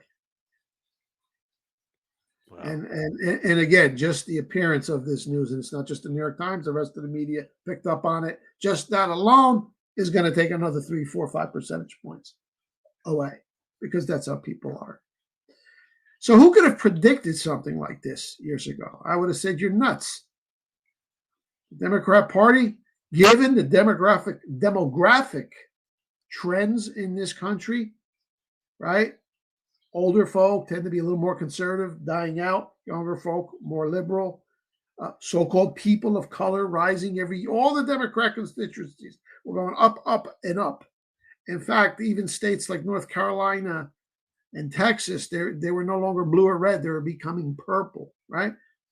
I would have never believed this 5 years ago. Who could have predicted such a thing? Well, there you go. Q Post 2635, December 20, 2018. The D Party will cease to exist once it's all exposed. But here's the thing. Nothing's been exposed yet to the public. Exactly. Not really. This is the prep. This is like a boxer just toying with an opponent until the guy's spent, and then he's going to unleash the barrage of punches on him. So it was never going to be a knockout blow, and now we see that again in retrospect. It's this stuff here. Same as with Israel. It's taken months. It's taken years. Weaker. At some point, you delivered a coup de grace. Classic Sun Tzu. Mike, it's exactly right. You know, when you read that drop for a long time, you'd almost say, well, wait a second. Like, you're telling me there's not going to be a Democrat Party anymore? And now you're starting to see it, because, look, this is where it is important. Like, okay, I get it. We spend half these podcasts nowadays just laughing at the absurdity of the psyops, right? Like the Democrats breaking into the prison to release migrants and flying down to El Salvador to release Kilmar Garcia and singing on the steps of the Capitol. I mean, it's funny, and that's the psyop. That's the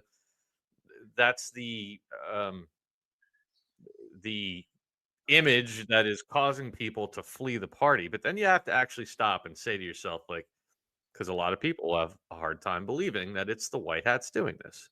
Yeah. Well, then say to yourself, the Democrat Party, right? This is the same party that was able to take a gay Kenyan citizen, non-citizen, fabricate a wife, fabricate 2 children, install him as a senator, and within 4 years, he was sitting in the Oval Office, and 90% of the country knew none the wiser. That's the power that these people have. Yeah. Yet, for some reason, as Mike is reading these articles here, and as the ship is completely just going off the rails, and it's going off the rails because they're setting themselves in stone on, and you hear this over and over again. These aren't even my words anymore. Now you hear people saying it, 80% issue, 80-20 issues, 90-10 issues. Yeah. They're doubling down and tripling down and quadrupling down on things like women and men's sports, which is an 80-90% issue, on crime, which is an 80 and 90% issue. That, look, if they really wanted to, and I know Donald Trump has a solution coming, but let's call a spade a spade. We still have some work to do on getting the cost of living down in this country, right? Cost of homes, financial system. Why aren't they pounding him on that? Why are they getting up every day and perching their entire existence on trans and on Kilmar Garcia and on defending illegal migrants? Right? That's how you know it's a white hat op, because anybody with a modicum of common sense would say, "Hey, why don't we go out and change it? I had an idea. Let's hammer Donald Trump on the cost of living. How about that? Why don't we do a nationwide campaign and just keep showing all the kids that can't afford to buy houses?" That would be a weak spot. Now, we know there's a solution, but yet you're not seeing that. It's literally like they are driving themselves off a cliff day in and day out. And there's the drop that once again, 7 years ago, that Q told you what was going to happen. Why did they know what's going to happen? Because they knew they were going to start with these crazy psyops. They were going to make them double and triple down on 80-10, 80-20, 90-10 issues. And then just when it couldn't get any worse, then we're going to drop the hammer on the real stuff that they did on the D class. And now you can start to see why they're so confident that the D party will cease to exist once it's all exposed. Yeah. We haven't even gotten to the bad stuff yet, and they're already hemorrhaging. That's right. And we should also point out that concurrent with the death of the Democratic Party, which is unfolding, we saw the total purging and renovation of the Republican Party, again, exactly as told to us by Q. I got all the receipts. 2018, 2020, and 2022 were all consecutive record years for Republican resignations from Congress and Senate. It's funny you mentioned that, Mike. They just went one after the other, under the most specious pretext. I want to spend more time with my family, stuff like that. Guys in their 40s and 50s just walking away from these lucrative positions. And that's exactly what Q said. They're going to walk away. We had to make deals, etc. Most prominent of which being Paul Ryan. Come on, Speaker of the House, VP candidate. I think he was still in his 40s when he called it quits. Yep. Oh, and it's funny you mentioned that because we went over it. We went over it on Monday on Q for Dummies because we were going through those drops where it's talked about the resignations, and we showed it again yesterday in D class. I actually used AI to do an analysis, and if you go from 2017 to 2024, exactly what you just said, the number of people that either resigned or left early, it comes out to 264 members. There's your purge. We keep saying, when are they going to come arrest everybody? Don't worry, there's still people that are going to get arrested. But let's not forget that, like you said, Q called that shot too, and it's 264 people. Yeah. Crazy. Well, my congressman here, been here forever, Freelandheisen. His family goes so far back. I stayed in a dormitory at Rutgers. It's called Freelandheisen. They named the dorm after that wretched family. He just up and resigned, Republican. I live in Republican country in New Jersey. And his seat was taken by a liberal Democrat woman who's got a military background. Like Tulsi Gabbard. Yeah.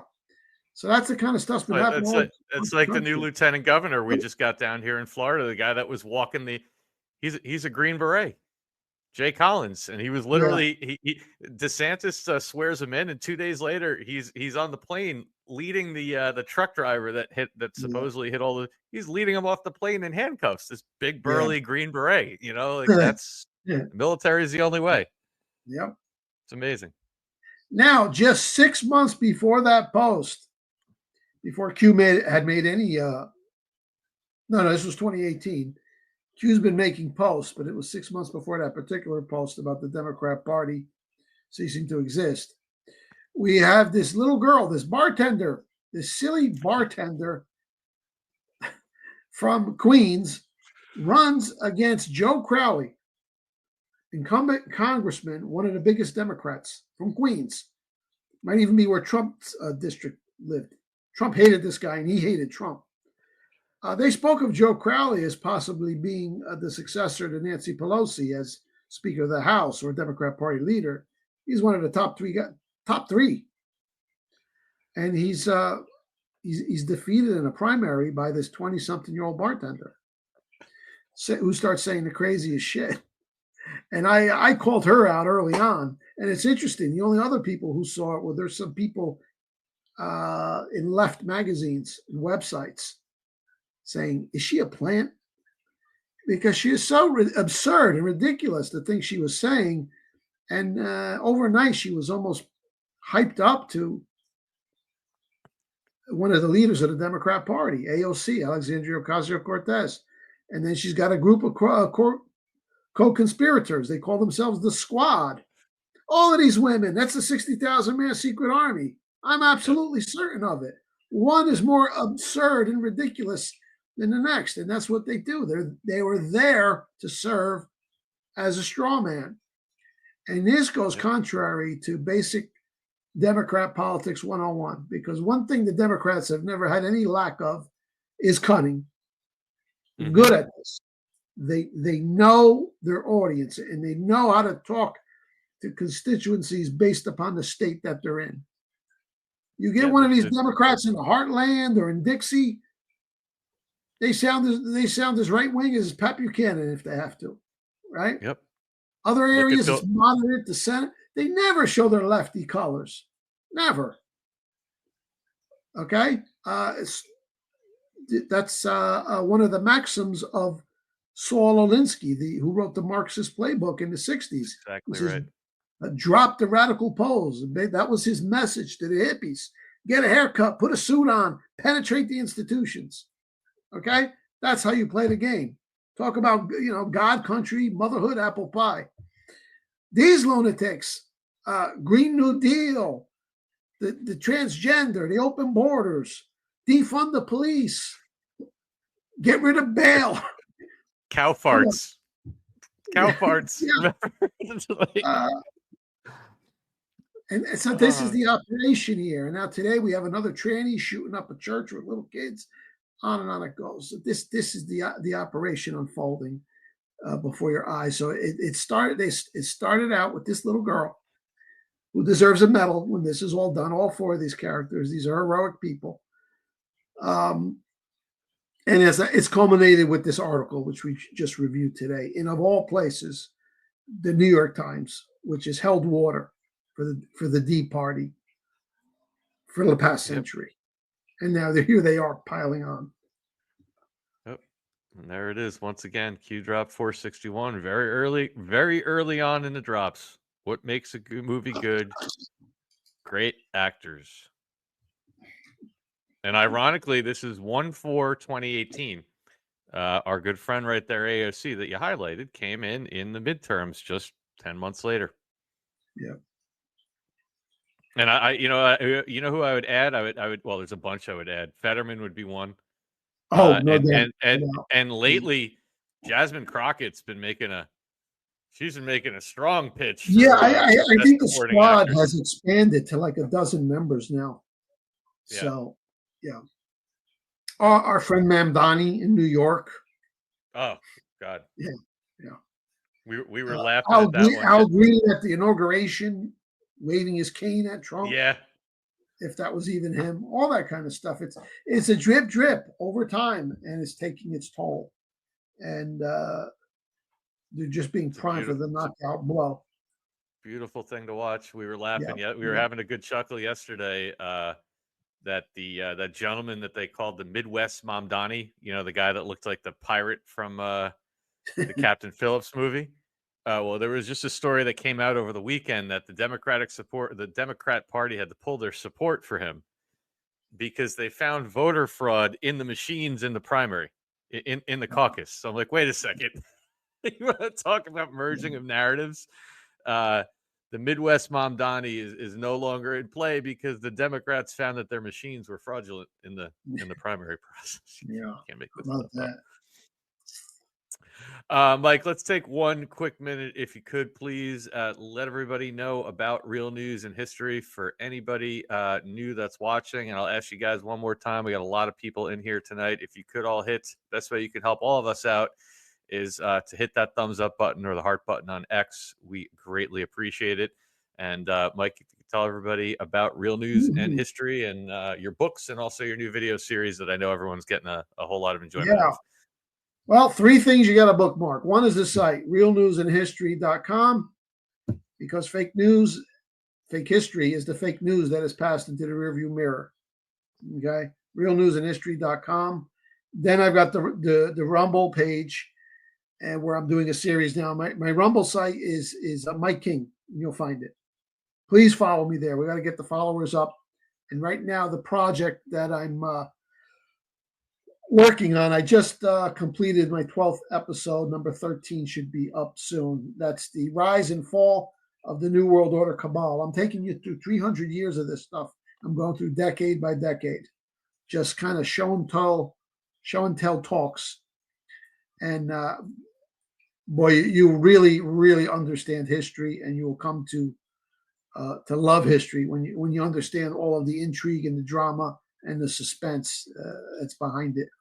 So I just completed the 1860s. I'll have the 1870s up in a couple of days. But right on my homepage at realnewsandhistory.com, on the front page, you can link to the an index page that links all of these. And that takes you to my Rumble. I've also got a playlist on Rumble. But please follow me on Rumble. We need to get more followers, and then you'll get an automatic email notification every time I got a new video up. So that's Mike King. Very simple. Also at my Amazon page, you'll find me there for my books in physical format. That's Mike King as well. And, you know, I say this every week. I've got two unique niches you're really not going to find anywhere else. I weave the history in with the news. And it was the mastery of the last couple centuries of history. And the timing was almost perfect. I mean, at a point in time where I could say I really got the last 300 years down pat, like the back of my hand, Q comes along, and it actually enabled me to catch on quickly that, oh, yeah, this is the real deal. Okay. So you need to have this knowledge. So that's my niche. My other niche is I make it so easy, clear, concise, to the point, not overly verbose, a ton of images. You're going to love my books. There's a ton of free content at the website. Enjoy that. But if you want to get the book package, you could go two ways. One is PDFs. You get all 34 of my PDF books just for $29. That's Mike King University. That's it. And if you want the anti-New York Times, try it for 6 months. The emails in your inbox, it's just an extra few bucks. So that's a total of $38. All right. If you like the physical books in hand, I got an Amazon page. A lot of the people are saying they're collecting them little by little over time, get the whole set. Beautiful. They're mostly all 8.5 by 11 coffee table books with awesome covers. Yes, so you're seeing right there, Crash Course NWO. You know, if you're new to this, or if you want to introduce somebody, I say start with the, I call this the immortal trio. You start with Crash Course 9/11 Inside Job. Nobody could read this. It's a 1-hour read and still believe in the official story. So that leads you to this. Well, who did it? Well, 250 years of the globalist conspiracy in 1 hour. It's Crash Course NWO. Again, a 1-hour read. Lots of pictures. Amazon, Mike S. King. And this is the happy ending, which we talk about as anons on your show, the secret plan to save humanity. I saw someone in the comments say, can you do a review of the 60,000 man secret army? You'll find it all in here. And they're all in the PDF package as well. So that's, you know, it's all easy to navigate. You got the books, you got the PDFs. And, you know, if you like my work, my articles, my talks here, you can always support me. There's a donation page. You can make a single donation, a monthly, old-fashioned check in the mail, you know, whatever. But you'll see a donation link up top. And I just want to thank those of you out there who are buying my books and making contributions, because this is a lot of work, as you could tell, and none of this happens without the readership. So you got to support, whether it's me, Dave, or anybody else that you like. Remember, we don't get NGO money for fake news. So I appreciate your book purchases. And one more thing. We talked about this next. There's been a renewed interest among your audience. I think a lot of people didn't see our original program, The Divine Selfie, a crash course on the Jesus Shroud of Turin. I deal with all the amazing forensics of that artifact, like the fact that it's been dated to 2,000 years. The blood is real. The blood came from a man who was tortured. It's a photographic negative that somehow got on a piece of linen. That one's like a real mind blower.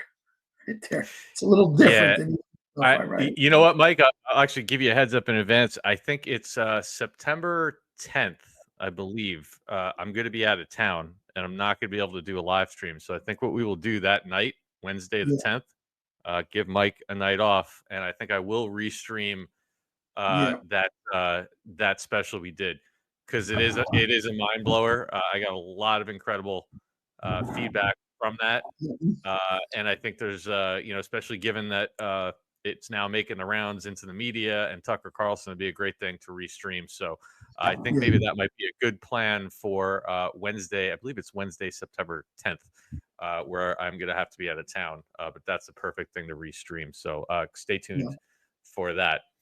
And again, I want to also echo what Mike said. I want to thank you guys for, again, $5 a month or more, whatever you can do. The same way you support all these different channels, it goes a long way. Mike is into his 13th year now of doing this full time. This is his full time endeavor, and it's all the support, the incredible support that this community and many others give that allows him to be here each Wednesday and to continue his contribution to the Great Awakening through his writings, his books, and his videos. So we are incredibly grateful both for him and for all the support that this community gives Mike King. I say it all the time whenever I go to an event and I'm meeting a lot of you guys in person. The first thing is, they say hi, and then the next question is, when's Mike King, and when are we going to be able to meet him at one of these events? We're working on that. It's going to happen soon. Hey, get something in North Jersey going. Come down to Florida for vacation. Come down here when the snow's flying up there. We'll figure something out for sure. All right, let's finish up as we always do with a historical look back. This one is titled "Democracy at 30,000 Feet" from Mike King and realnewsandhistory.com. Is that big enough, Mike, or do you want me to pull down a copy and blow it up a little bit more? Yeah, a little bit more. All right, give me one. I just got to open this on a different screen. I don't have any Jeopardy music to play like Rambo does. Well, this particular piece is neither news nor history. I like to dabble in philosophy from time to time. It's an allegorical piece. And basically going to just read it like a bedtime story. I think people will appreciate it to understand, helps us understand the world we live in and where we went wrong. There we go. All right, here we go.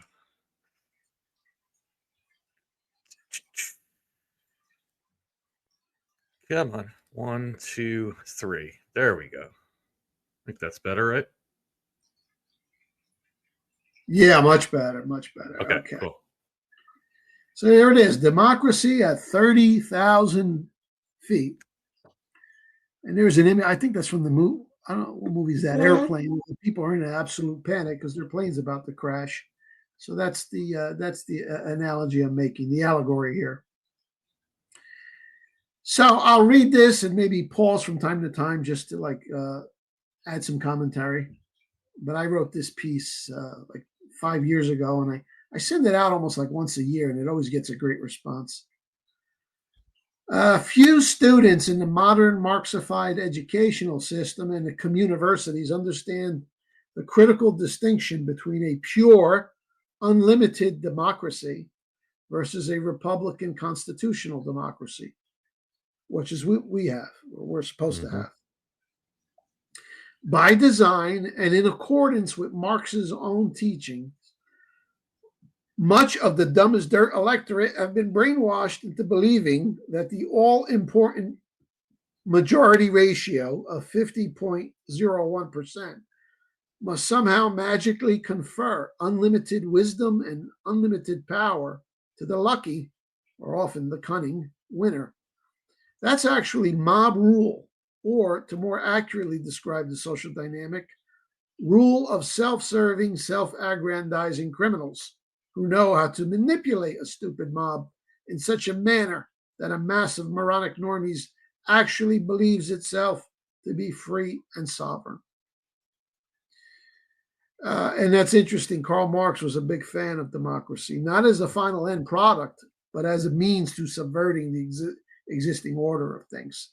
He wanted to, he called it the victory of the proletariat. Wanted to get all the proletariat, the downtrodden, get them all voting, not based on their own, thought and reasoning, but upon what he's going to tell them who to vote for.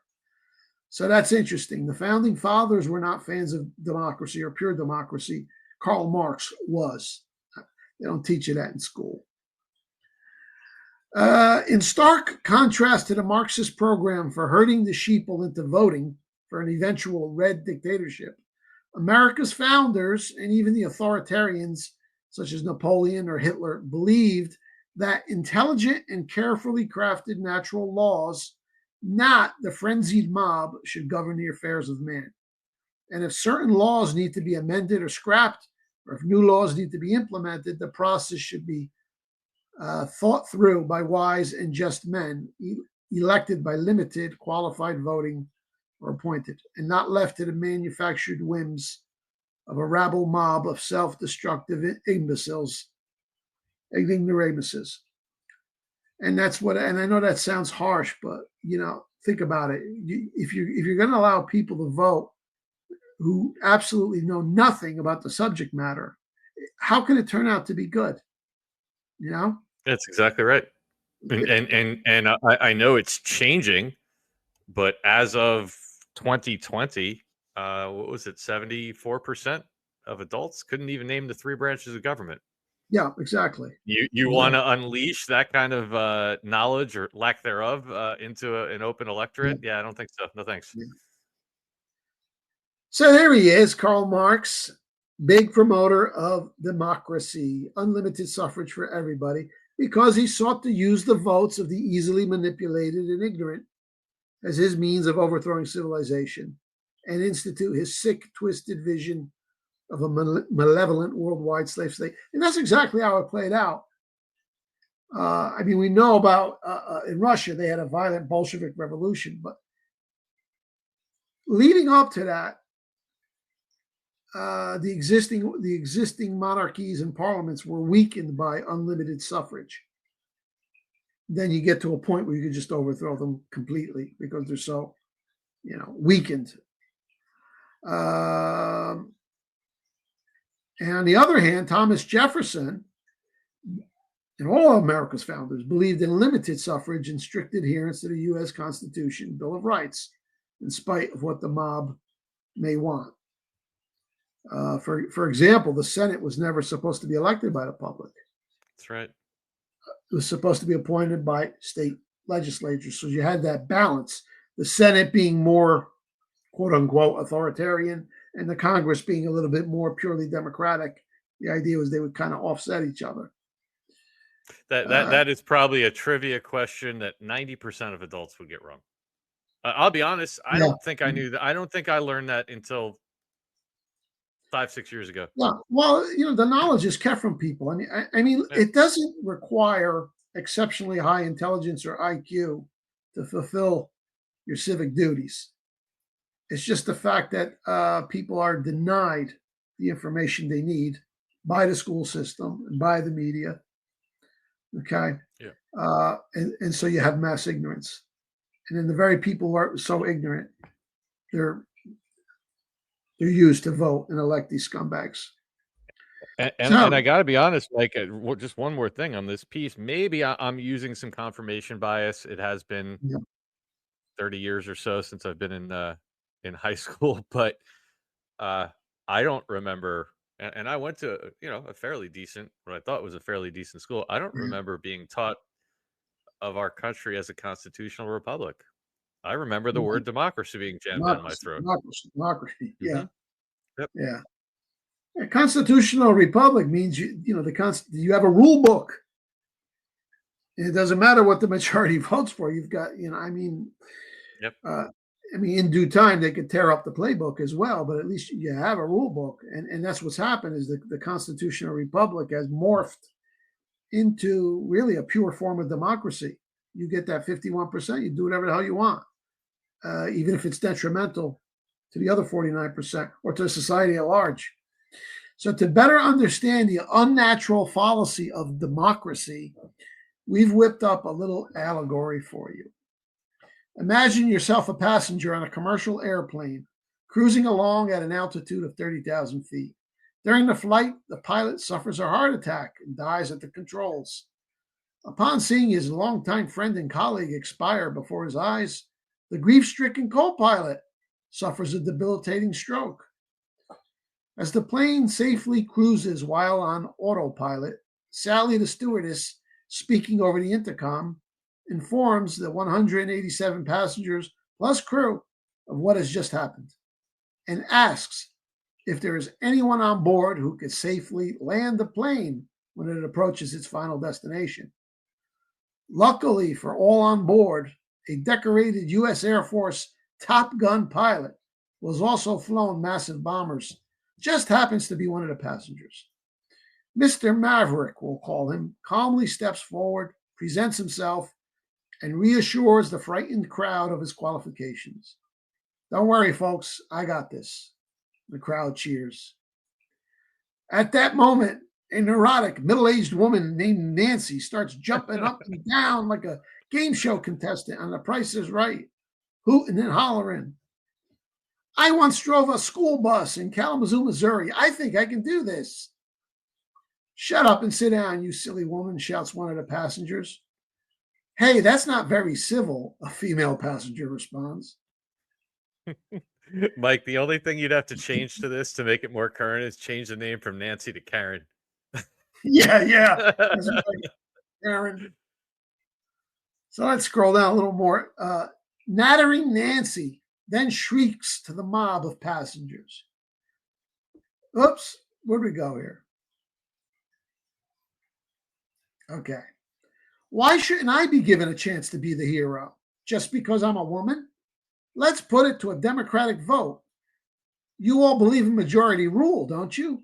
If I lose, so be it, but at least the people will be the ones deciding, not some soldier boy wannabe dictator.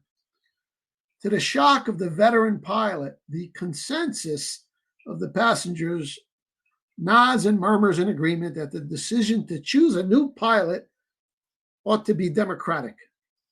A mini campaign ensues during which the Air Force ace brutally mocks Nutty Nancy and calmly tells of his 20 years of flying experience, numerous aerial combat exploits, and countless awards received. But it's the ex-bus driver who really steals the show, and a show is exactly what it is.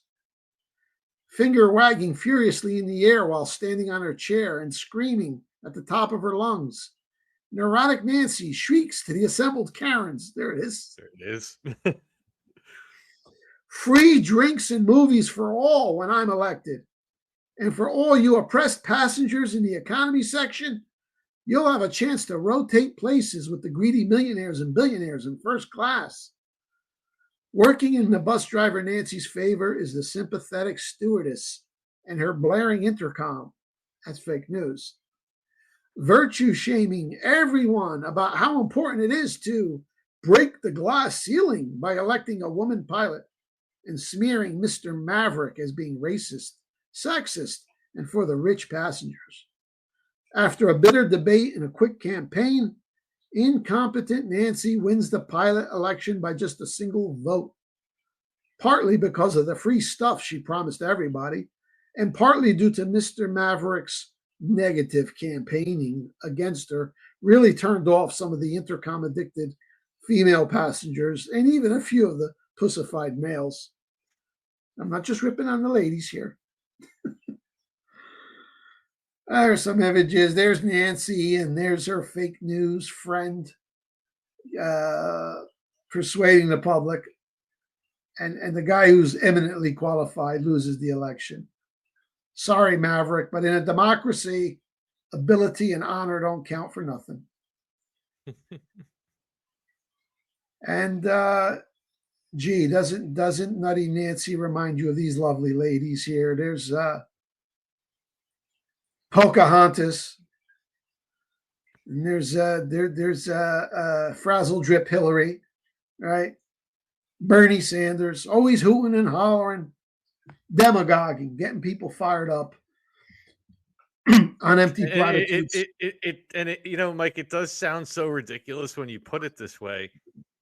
But then you think about where we've gotten as society. Like, look, I don't know if this was a psyop or not, but did you see that Major League Baseball made this big deal? We got the first female umpire ever in history, and she blew the first three calls. Yeah, oh, that's right. All three of them oh, and then you got the male cheerleader up in New England. Right. Yeah, I think these are all psyops. These are all psyops, right? Because we saw this with the Kentucky Derby and the crazy names. I mean, they have penetrated sports, and they can embed these little stunts in there. But we've gotten into this. It's more important to say that I have the first female this, or I have the first black this, or I have the first Indian this, instead of just saying we have somebody here and they're qualified at what they do. Yeah. It's become the last 15 years has become like this race to get to the first, Yeah. Everything. Yeah.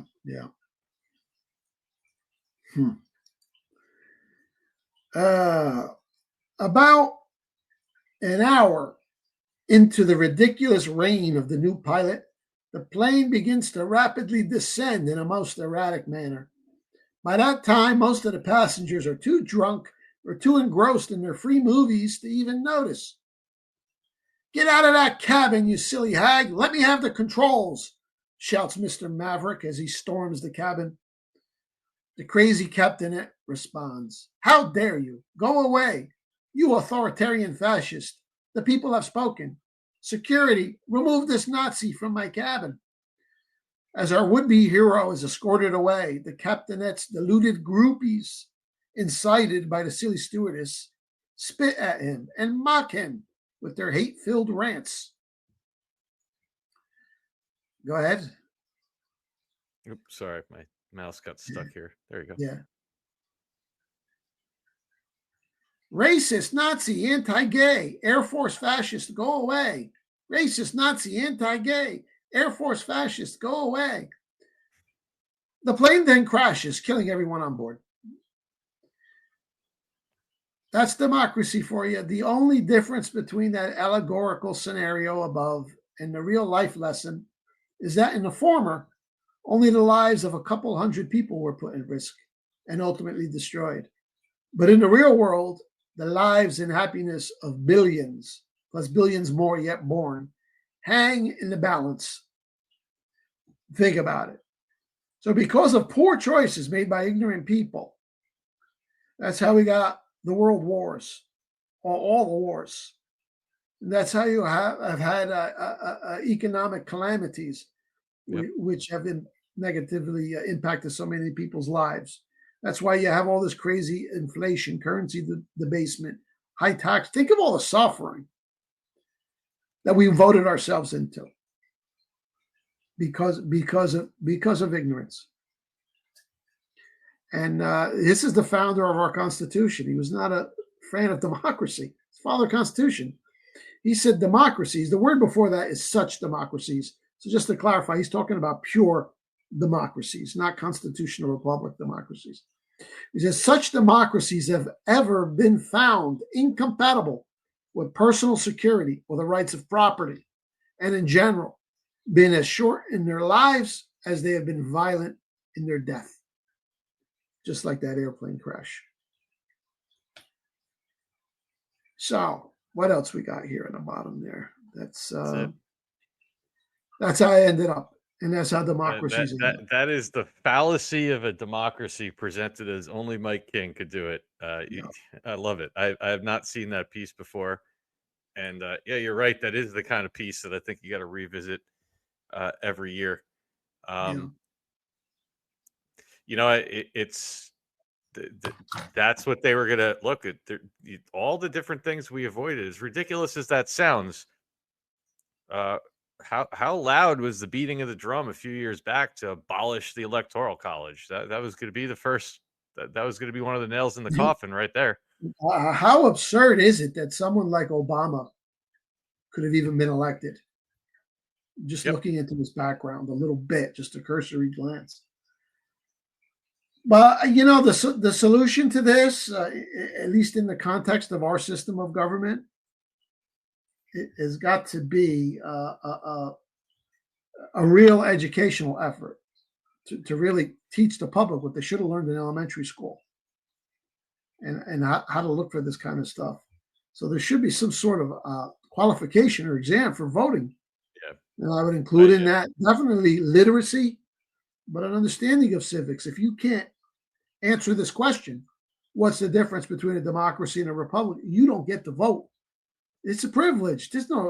Where did we get this idea from? You're just born and automatically you get to have a say in the shaping of civilization.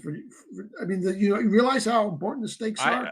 Look, Mike, that might be controversial for some, but I agree with it, man. Especially the way things have gone in this country the last 30, 40 years. I know that's a controversial statement, but I don't disagree with you. Yeah. You don't know what the three branches of government are. you don't know how anything works. Like, no, why do you get the same?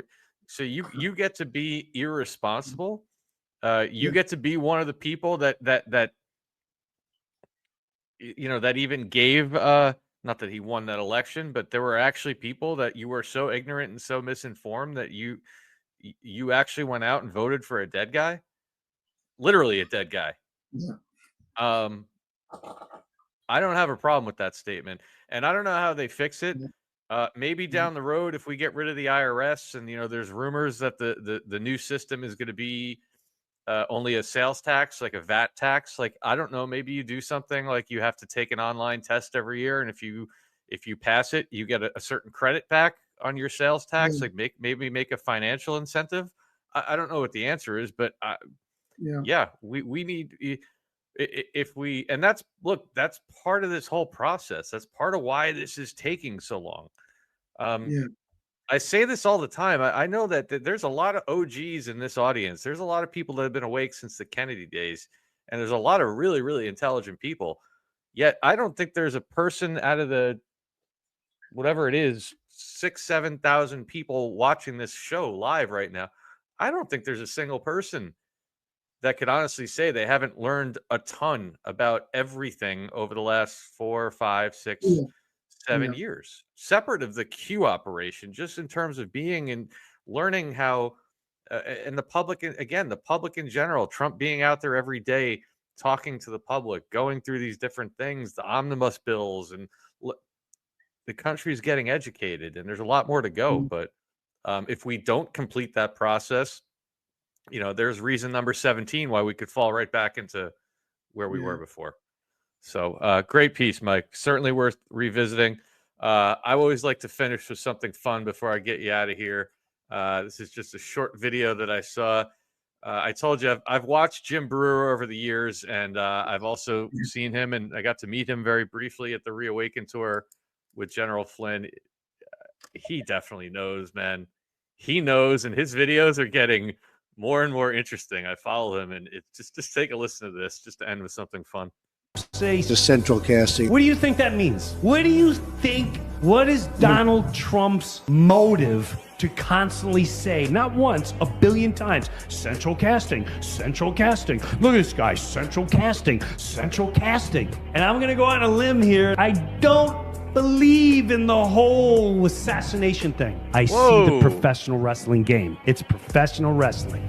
They script it. You play the bad guy. We're going to fight in public. We do our photo op.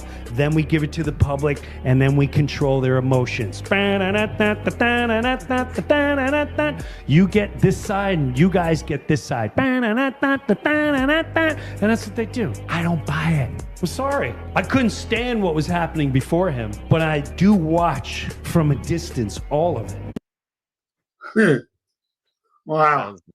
Sounds more and more like an anon every time he puts one of those videos out. And I told you, we were dying laughing every time he goes on stage, or he used to go on stage at the Reawaken tour, and he would look over at General Flynn and say, General Flynn, come on, just tell me, who's in the Biden mask? I know you know who's in the Biden mask. He would look right at Flynn and say that, and you'd see Flynn just kind of with this little, he'd have this little shitty grin on his face, and he'd go right back to being serious again. Amazing stuff. Mike, I know you got some stuff you got to take care of this evening. I want to be respectful of time and get you out of here. I'll go ahead and read all the rants and everything, but I want to give you the opportunity to get some final thoughts in, and then you can duck out of here, and I'll wrap up with the rants and all the thank yous. Sure. I know it's been a long time since we covered this, but you get new viewers all the time. There has to be first rung on the ladder for things to really begin to click. Because I see a lot of the questions that people ask in the comments indicate that they don't have the foundation yet, which is fine. That's why we're here. This is probably the best primer that's out there, The Secret Plan to Save Humanity. It's only a 1-hour read. I keep it so simple. It gives you a footing. And then from there, you can watch podcasts like this, and you really come up the learning curve. But I demonstrate in this booklet. This is available on Amazon, by the way, Mike S. King. It's also part of the PDF package if you want it that way. But I go back, when do I start? 2011. You go back even further than that. but I show how even as far back as 2011, they were already preparing the 60,000 man secret army, and they were making their move. They're waiting for Obama to get out of there and stop Hillary. There's a whole story there. But so yeah, definitely you want to start with that, and because this is a great podcast. But I'll tell you what, if you've got that kind of background material, it just enhances it, and you'll get it so much better. Don't you agree with that, Dave? Yeah, you're right. We haven't like completely talked about that book in a while, but I think it's like $14.95 on Amazon. I'm telling you, and it's on, I believe it's on Kindle also. But I'm telling you what I've done, and I'm not going to name the people I've done it to. Go on Amazon, and you know that one or two people or three people that they're on the fence. Maybe they might take a look at it. Just go on Amazon and put their address in and just mail it to them. It's going to show up at their house. You're right. It's an hour read at best. I promise you, they're going to look at it. And they might look at it like what happened to me. I sent it to one person, didn't hear anything for a few months. And that was one of the people that came around to me and said, you know what? I think you were right about some of this stuff. It took months for them to come around and admit it, but they picked it up and they read it. And that's what I would do. Those people that you're frustrated with, or just spend $14, go on Amazon and just let it show up at their front door. And then what are they going to do? Throw it away? They're not. They're going to read it. The whole story of the 60,000 man secret army is embedded in that booklet. And that was all based on a Newsweek investigation, which is Q's week, 60,000 men secret Pentagon army. A lot of them wear masks. They got fake identities. They're infiltrated. They're everywhere, and they could do anything. So that will help you understand a lot. All right. Mike King of realnewsandhistory.com. Great show as always, my friend. Thank you very much. We will see you guys next Wednesday. Hang out for a second. I'm going to stay here and read the rants, but I want to give Mike time to finish up his evening since he's been with us. And we will see you next week, Mike. Thank you so much, my friend. Okay. Good night, everybody. Thank you. All right. Take care. All right. I'm going to wrap up here by acknowledging everybody that supported the show. Thank you guys all. Once again, we had a huge crowd. I'll ask you for the final time, whether you're watching on Rumble or X, if you could hit that positive affirmation button, the heart on X, and the thumbs up on Rumble. You guys have been incredible in supporting the show and putting it up on the leaderboard, and that is the best way you can support Mike and myself, is with that thumbs up. Let me first thank Magadai, Mama Die 1776, our good friend, for gifting 5 subscriptions. Phoenix 13, good to see you, my friend, gifting 5 subscriptions. And I'm going to butcher this, RAMILLERG1. I believe I got that right. Let me just double check that. RAMILLERG1. That is the username for gifting 5 subscriptions. Thank you very much. Also, we have Tim Salisbury coming in with a $100 Rumble rant. Thank you very much, my friend. Says, God bless America and protect us all, the whole world. Amen to that. Absolutely right. Tracy Cutler with a $20 rant. Thank you for all you do. Much love, friends. Thank you very much, Tracy. Dalebox1, good to see you, my friend. Dave Nihao. Hello, Mike. Hoping this helps until you get your check from the Flynn Network. LOL. Stay awesome, Dave. Yeah, it's if you guys watched D-Class yesterday, we were getting into that again. The running joke about the Flynn Network. Yeah, I haven't gotten my check from the Flynn Network, so thank you, Dale. I appreciate that.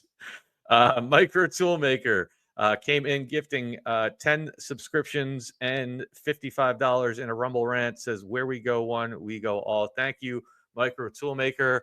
Had a great time with Micro Toolmaker last Friday night on the Huddle on Mark's channel. If you guys didn't see that and you want to know the face behind the name, that is the one and only Micro Toolmaker. He's a great guy, really interesting guy, and we had a great time last Friday over on the Huddle. Rambo and Friends, Joe Rambo, what's up, buddy? With a $17 rant. Thank you, my friend. Says, cheers, friends. Thank you, buddy. Good to see you. EFOG HB with a $10 rant.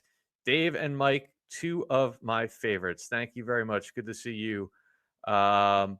Couple of these got duplicated, so let me just get through these. ML Morris 2424 with a $20 rant. AOC has my vote for best supporting actress along with my senator John Fetterman. Absolutely. Completely agree on those. Fetterman especially, the way they've swung him around, it's been incredible. 257 with a $2 rant. What does Mike think of the Ewar Anon series? You know what? I will have to ask him that. I'm familiar with it. I have to ask him, but I'll send him a note and see if I can get you an answer on that on the next show. Thank you very much. Saint Sugar, the Conspiracy Cat official fan club. Mike's more than welcome to use the Boobas propaganda song I made based on the Divine Selfie as a Rumble advertisement for his book. If he ever wants use it for marketing purposes, I will screenshot both of these and send those over to Mike via email. Thank you very much for that. And Saint Sugar, the Conspiracy Cat official fan club. Again, new song based on Democracy at 30,000 Feet, posted in the live stream X comment section. Such an amazing allegorical work, deserved a musical honor. Thank you for that. And if you guys want to see that, Mike's X handle, which we are streaming on as well right now, is @TomatoBubble. @TomatoBubble. Doug, if you have that, you could throw it up on the screen. That'd be awesome. RLT 2349 with a $10 rant says, thank you. Thanks for that, Doug.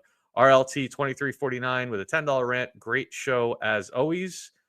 I believe, let's see, Phoenix 13 with a $17 rant and another Ni Hao Ma Dawe. Dave, thank you very much. Hope you ain't mad at me. Love you, bro. Thank you for a great show with Mr. King, as always. Phoenix, I'm never mad at you, and always appreciate the greetings in Mandarin, I believe that is. Amy Loves Sunshine with the $20 rant. Great show. Thank you both. Thank you very much, Amy. And looks like, again, R.A. Miller G1. I think that's the better way to say it, with a $50 rant. Thank you very much. Says, good one. And Claudia, our moderator. Dave, can you please confirm to Bell South 826 that I am a real moderator? Yes, Bell South 826. Claudia is a real human. Claudia, Light Order Patriot, Kerry, Doug, all of our admins and moderators are real human beings. We do not utilize any bots in our chat. Claudia is absolutely a real human being, a great one at that, and all of our moderators are incredible, and we couldn't do this without them. So, and the last one, Parkmon1, PARCMON1, $5 rant. Thanks for an interesting shows always. I never knew Maryland Man was SAG, was SAG AFTA? SAG AFTA. I'm not sure what that means, but thank you. Denise Volbracht with a $5 rant. Love the collaboration in the chat. You're awesome. Thank you. And R.A. Miller G1, again with the $20 rant, says, yes, I guess I got the name right on the third time. Thank you very much for that. And thank you all again for the rants and the support and just for being here tonight. We're incredibly blessed every Wednesday to have all you guys here.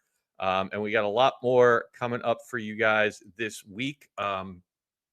Tomorrow will be a busy one. Tomorrow I will be on Joe Rambo on Rambo and Friends for the Thursday roundtable. That's going to be at 2:30 p.m. Eastern. And then tomorrow night, our good friend Patriot Underground will be having a roundtable with a whole bunch of us. I will be joining that as well.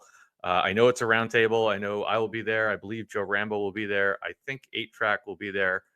He's got a whole lineup of people, and it's been a long time since I've been on with Patriot Underground, who is one of my favorites. Always love hanging out with that guy.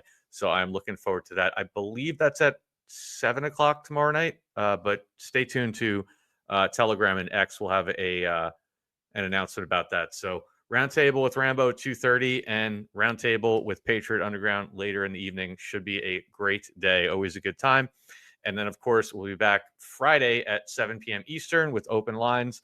The call-in show, I want to, again, send the compliments from our good friend Melanie and from Paul Fleury, Absolute 1776. They had an absolute blast with you guys on Friday. You guys were on fire with the calls. Keep it up. You guys are making that show better and better and better every week, and we're getting a lot of new people coming in. So all these different questions, and I see a lot of great questions and theories that go by in the chat every time we do one of these shows. And we don't have 6 hours to sit here and answer all them. I would love to, but I'm telling you, if you guys have questions or theories, if you have complaints, whatever it is, call in. Let's all talk about it together. That's Friday night, 7 p.m. Eastern time. And of course, Saturday night, 8 p.m. will be Saturday Night D-Class with Joe Rambo. We are working on something very special for Saturday night. I believe we're going to be able to pull it off by then. We're working on that. Stay tuned. But either way, there will be a show Saturday at 8 p.m. And I believe Mark will be back with Respect, I believe, live this Sunday, 8 p.m. So stay tuned for that. So lots more good stuff coming up.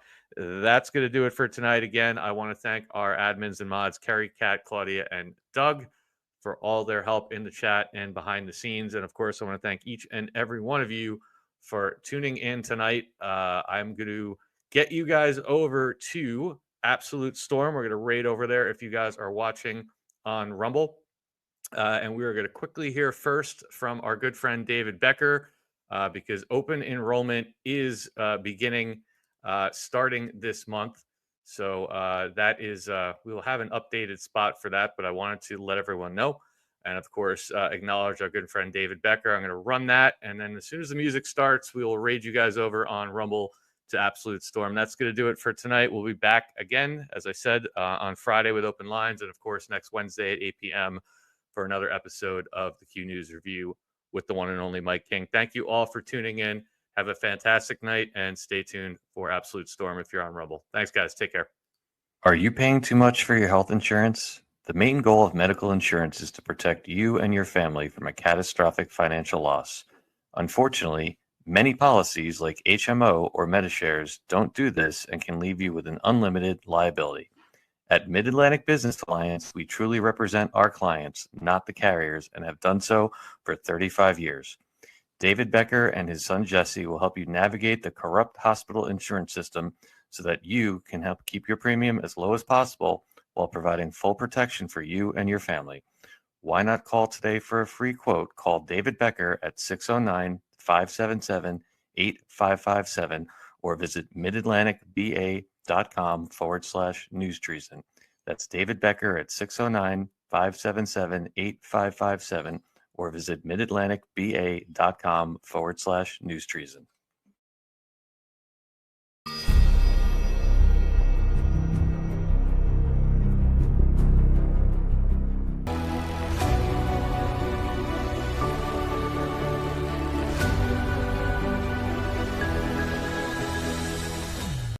That's treason. That's treason. They say, holy shit, they caught us. They caught us. What storm, Mr. President? You'll find out. And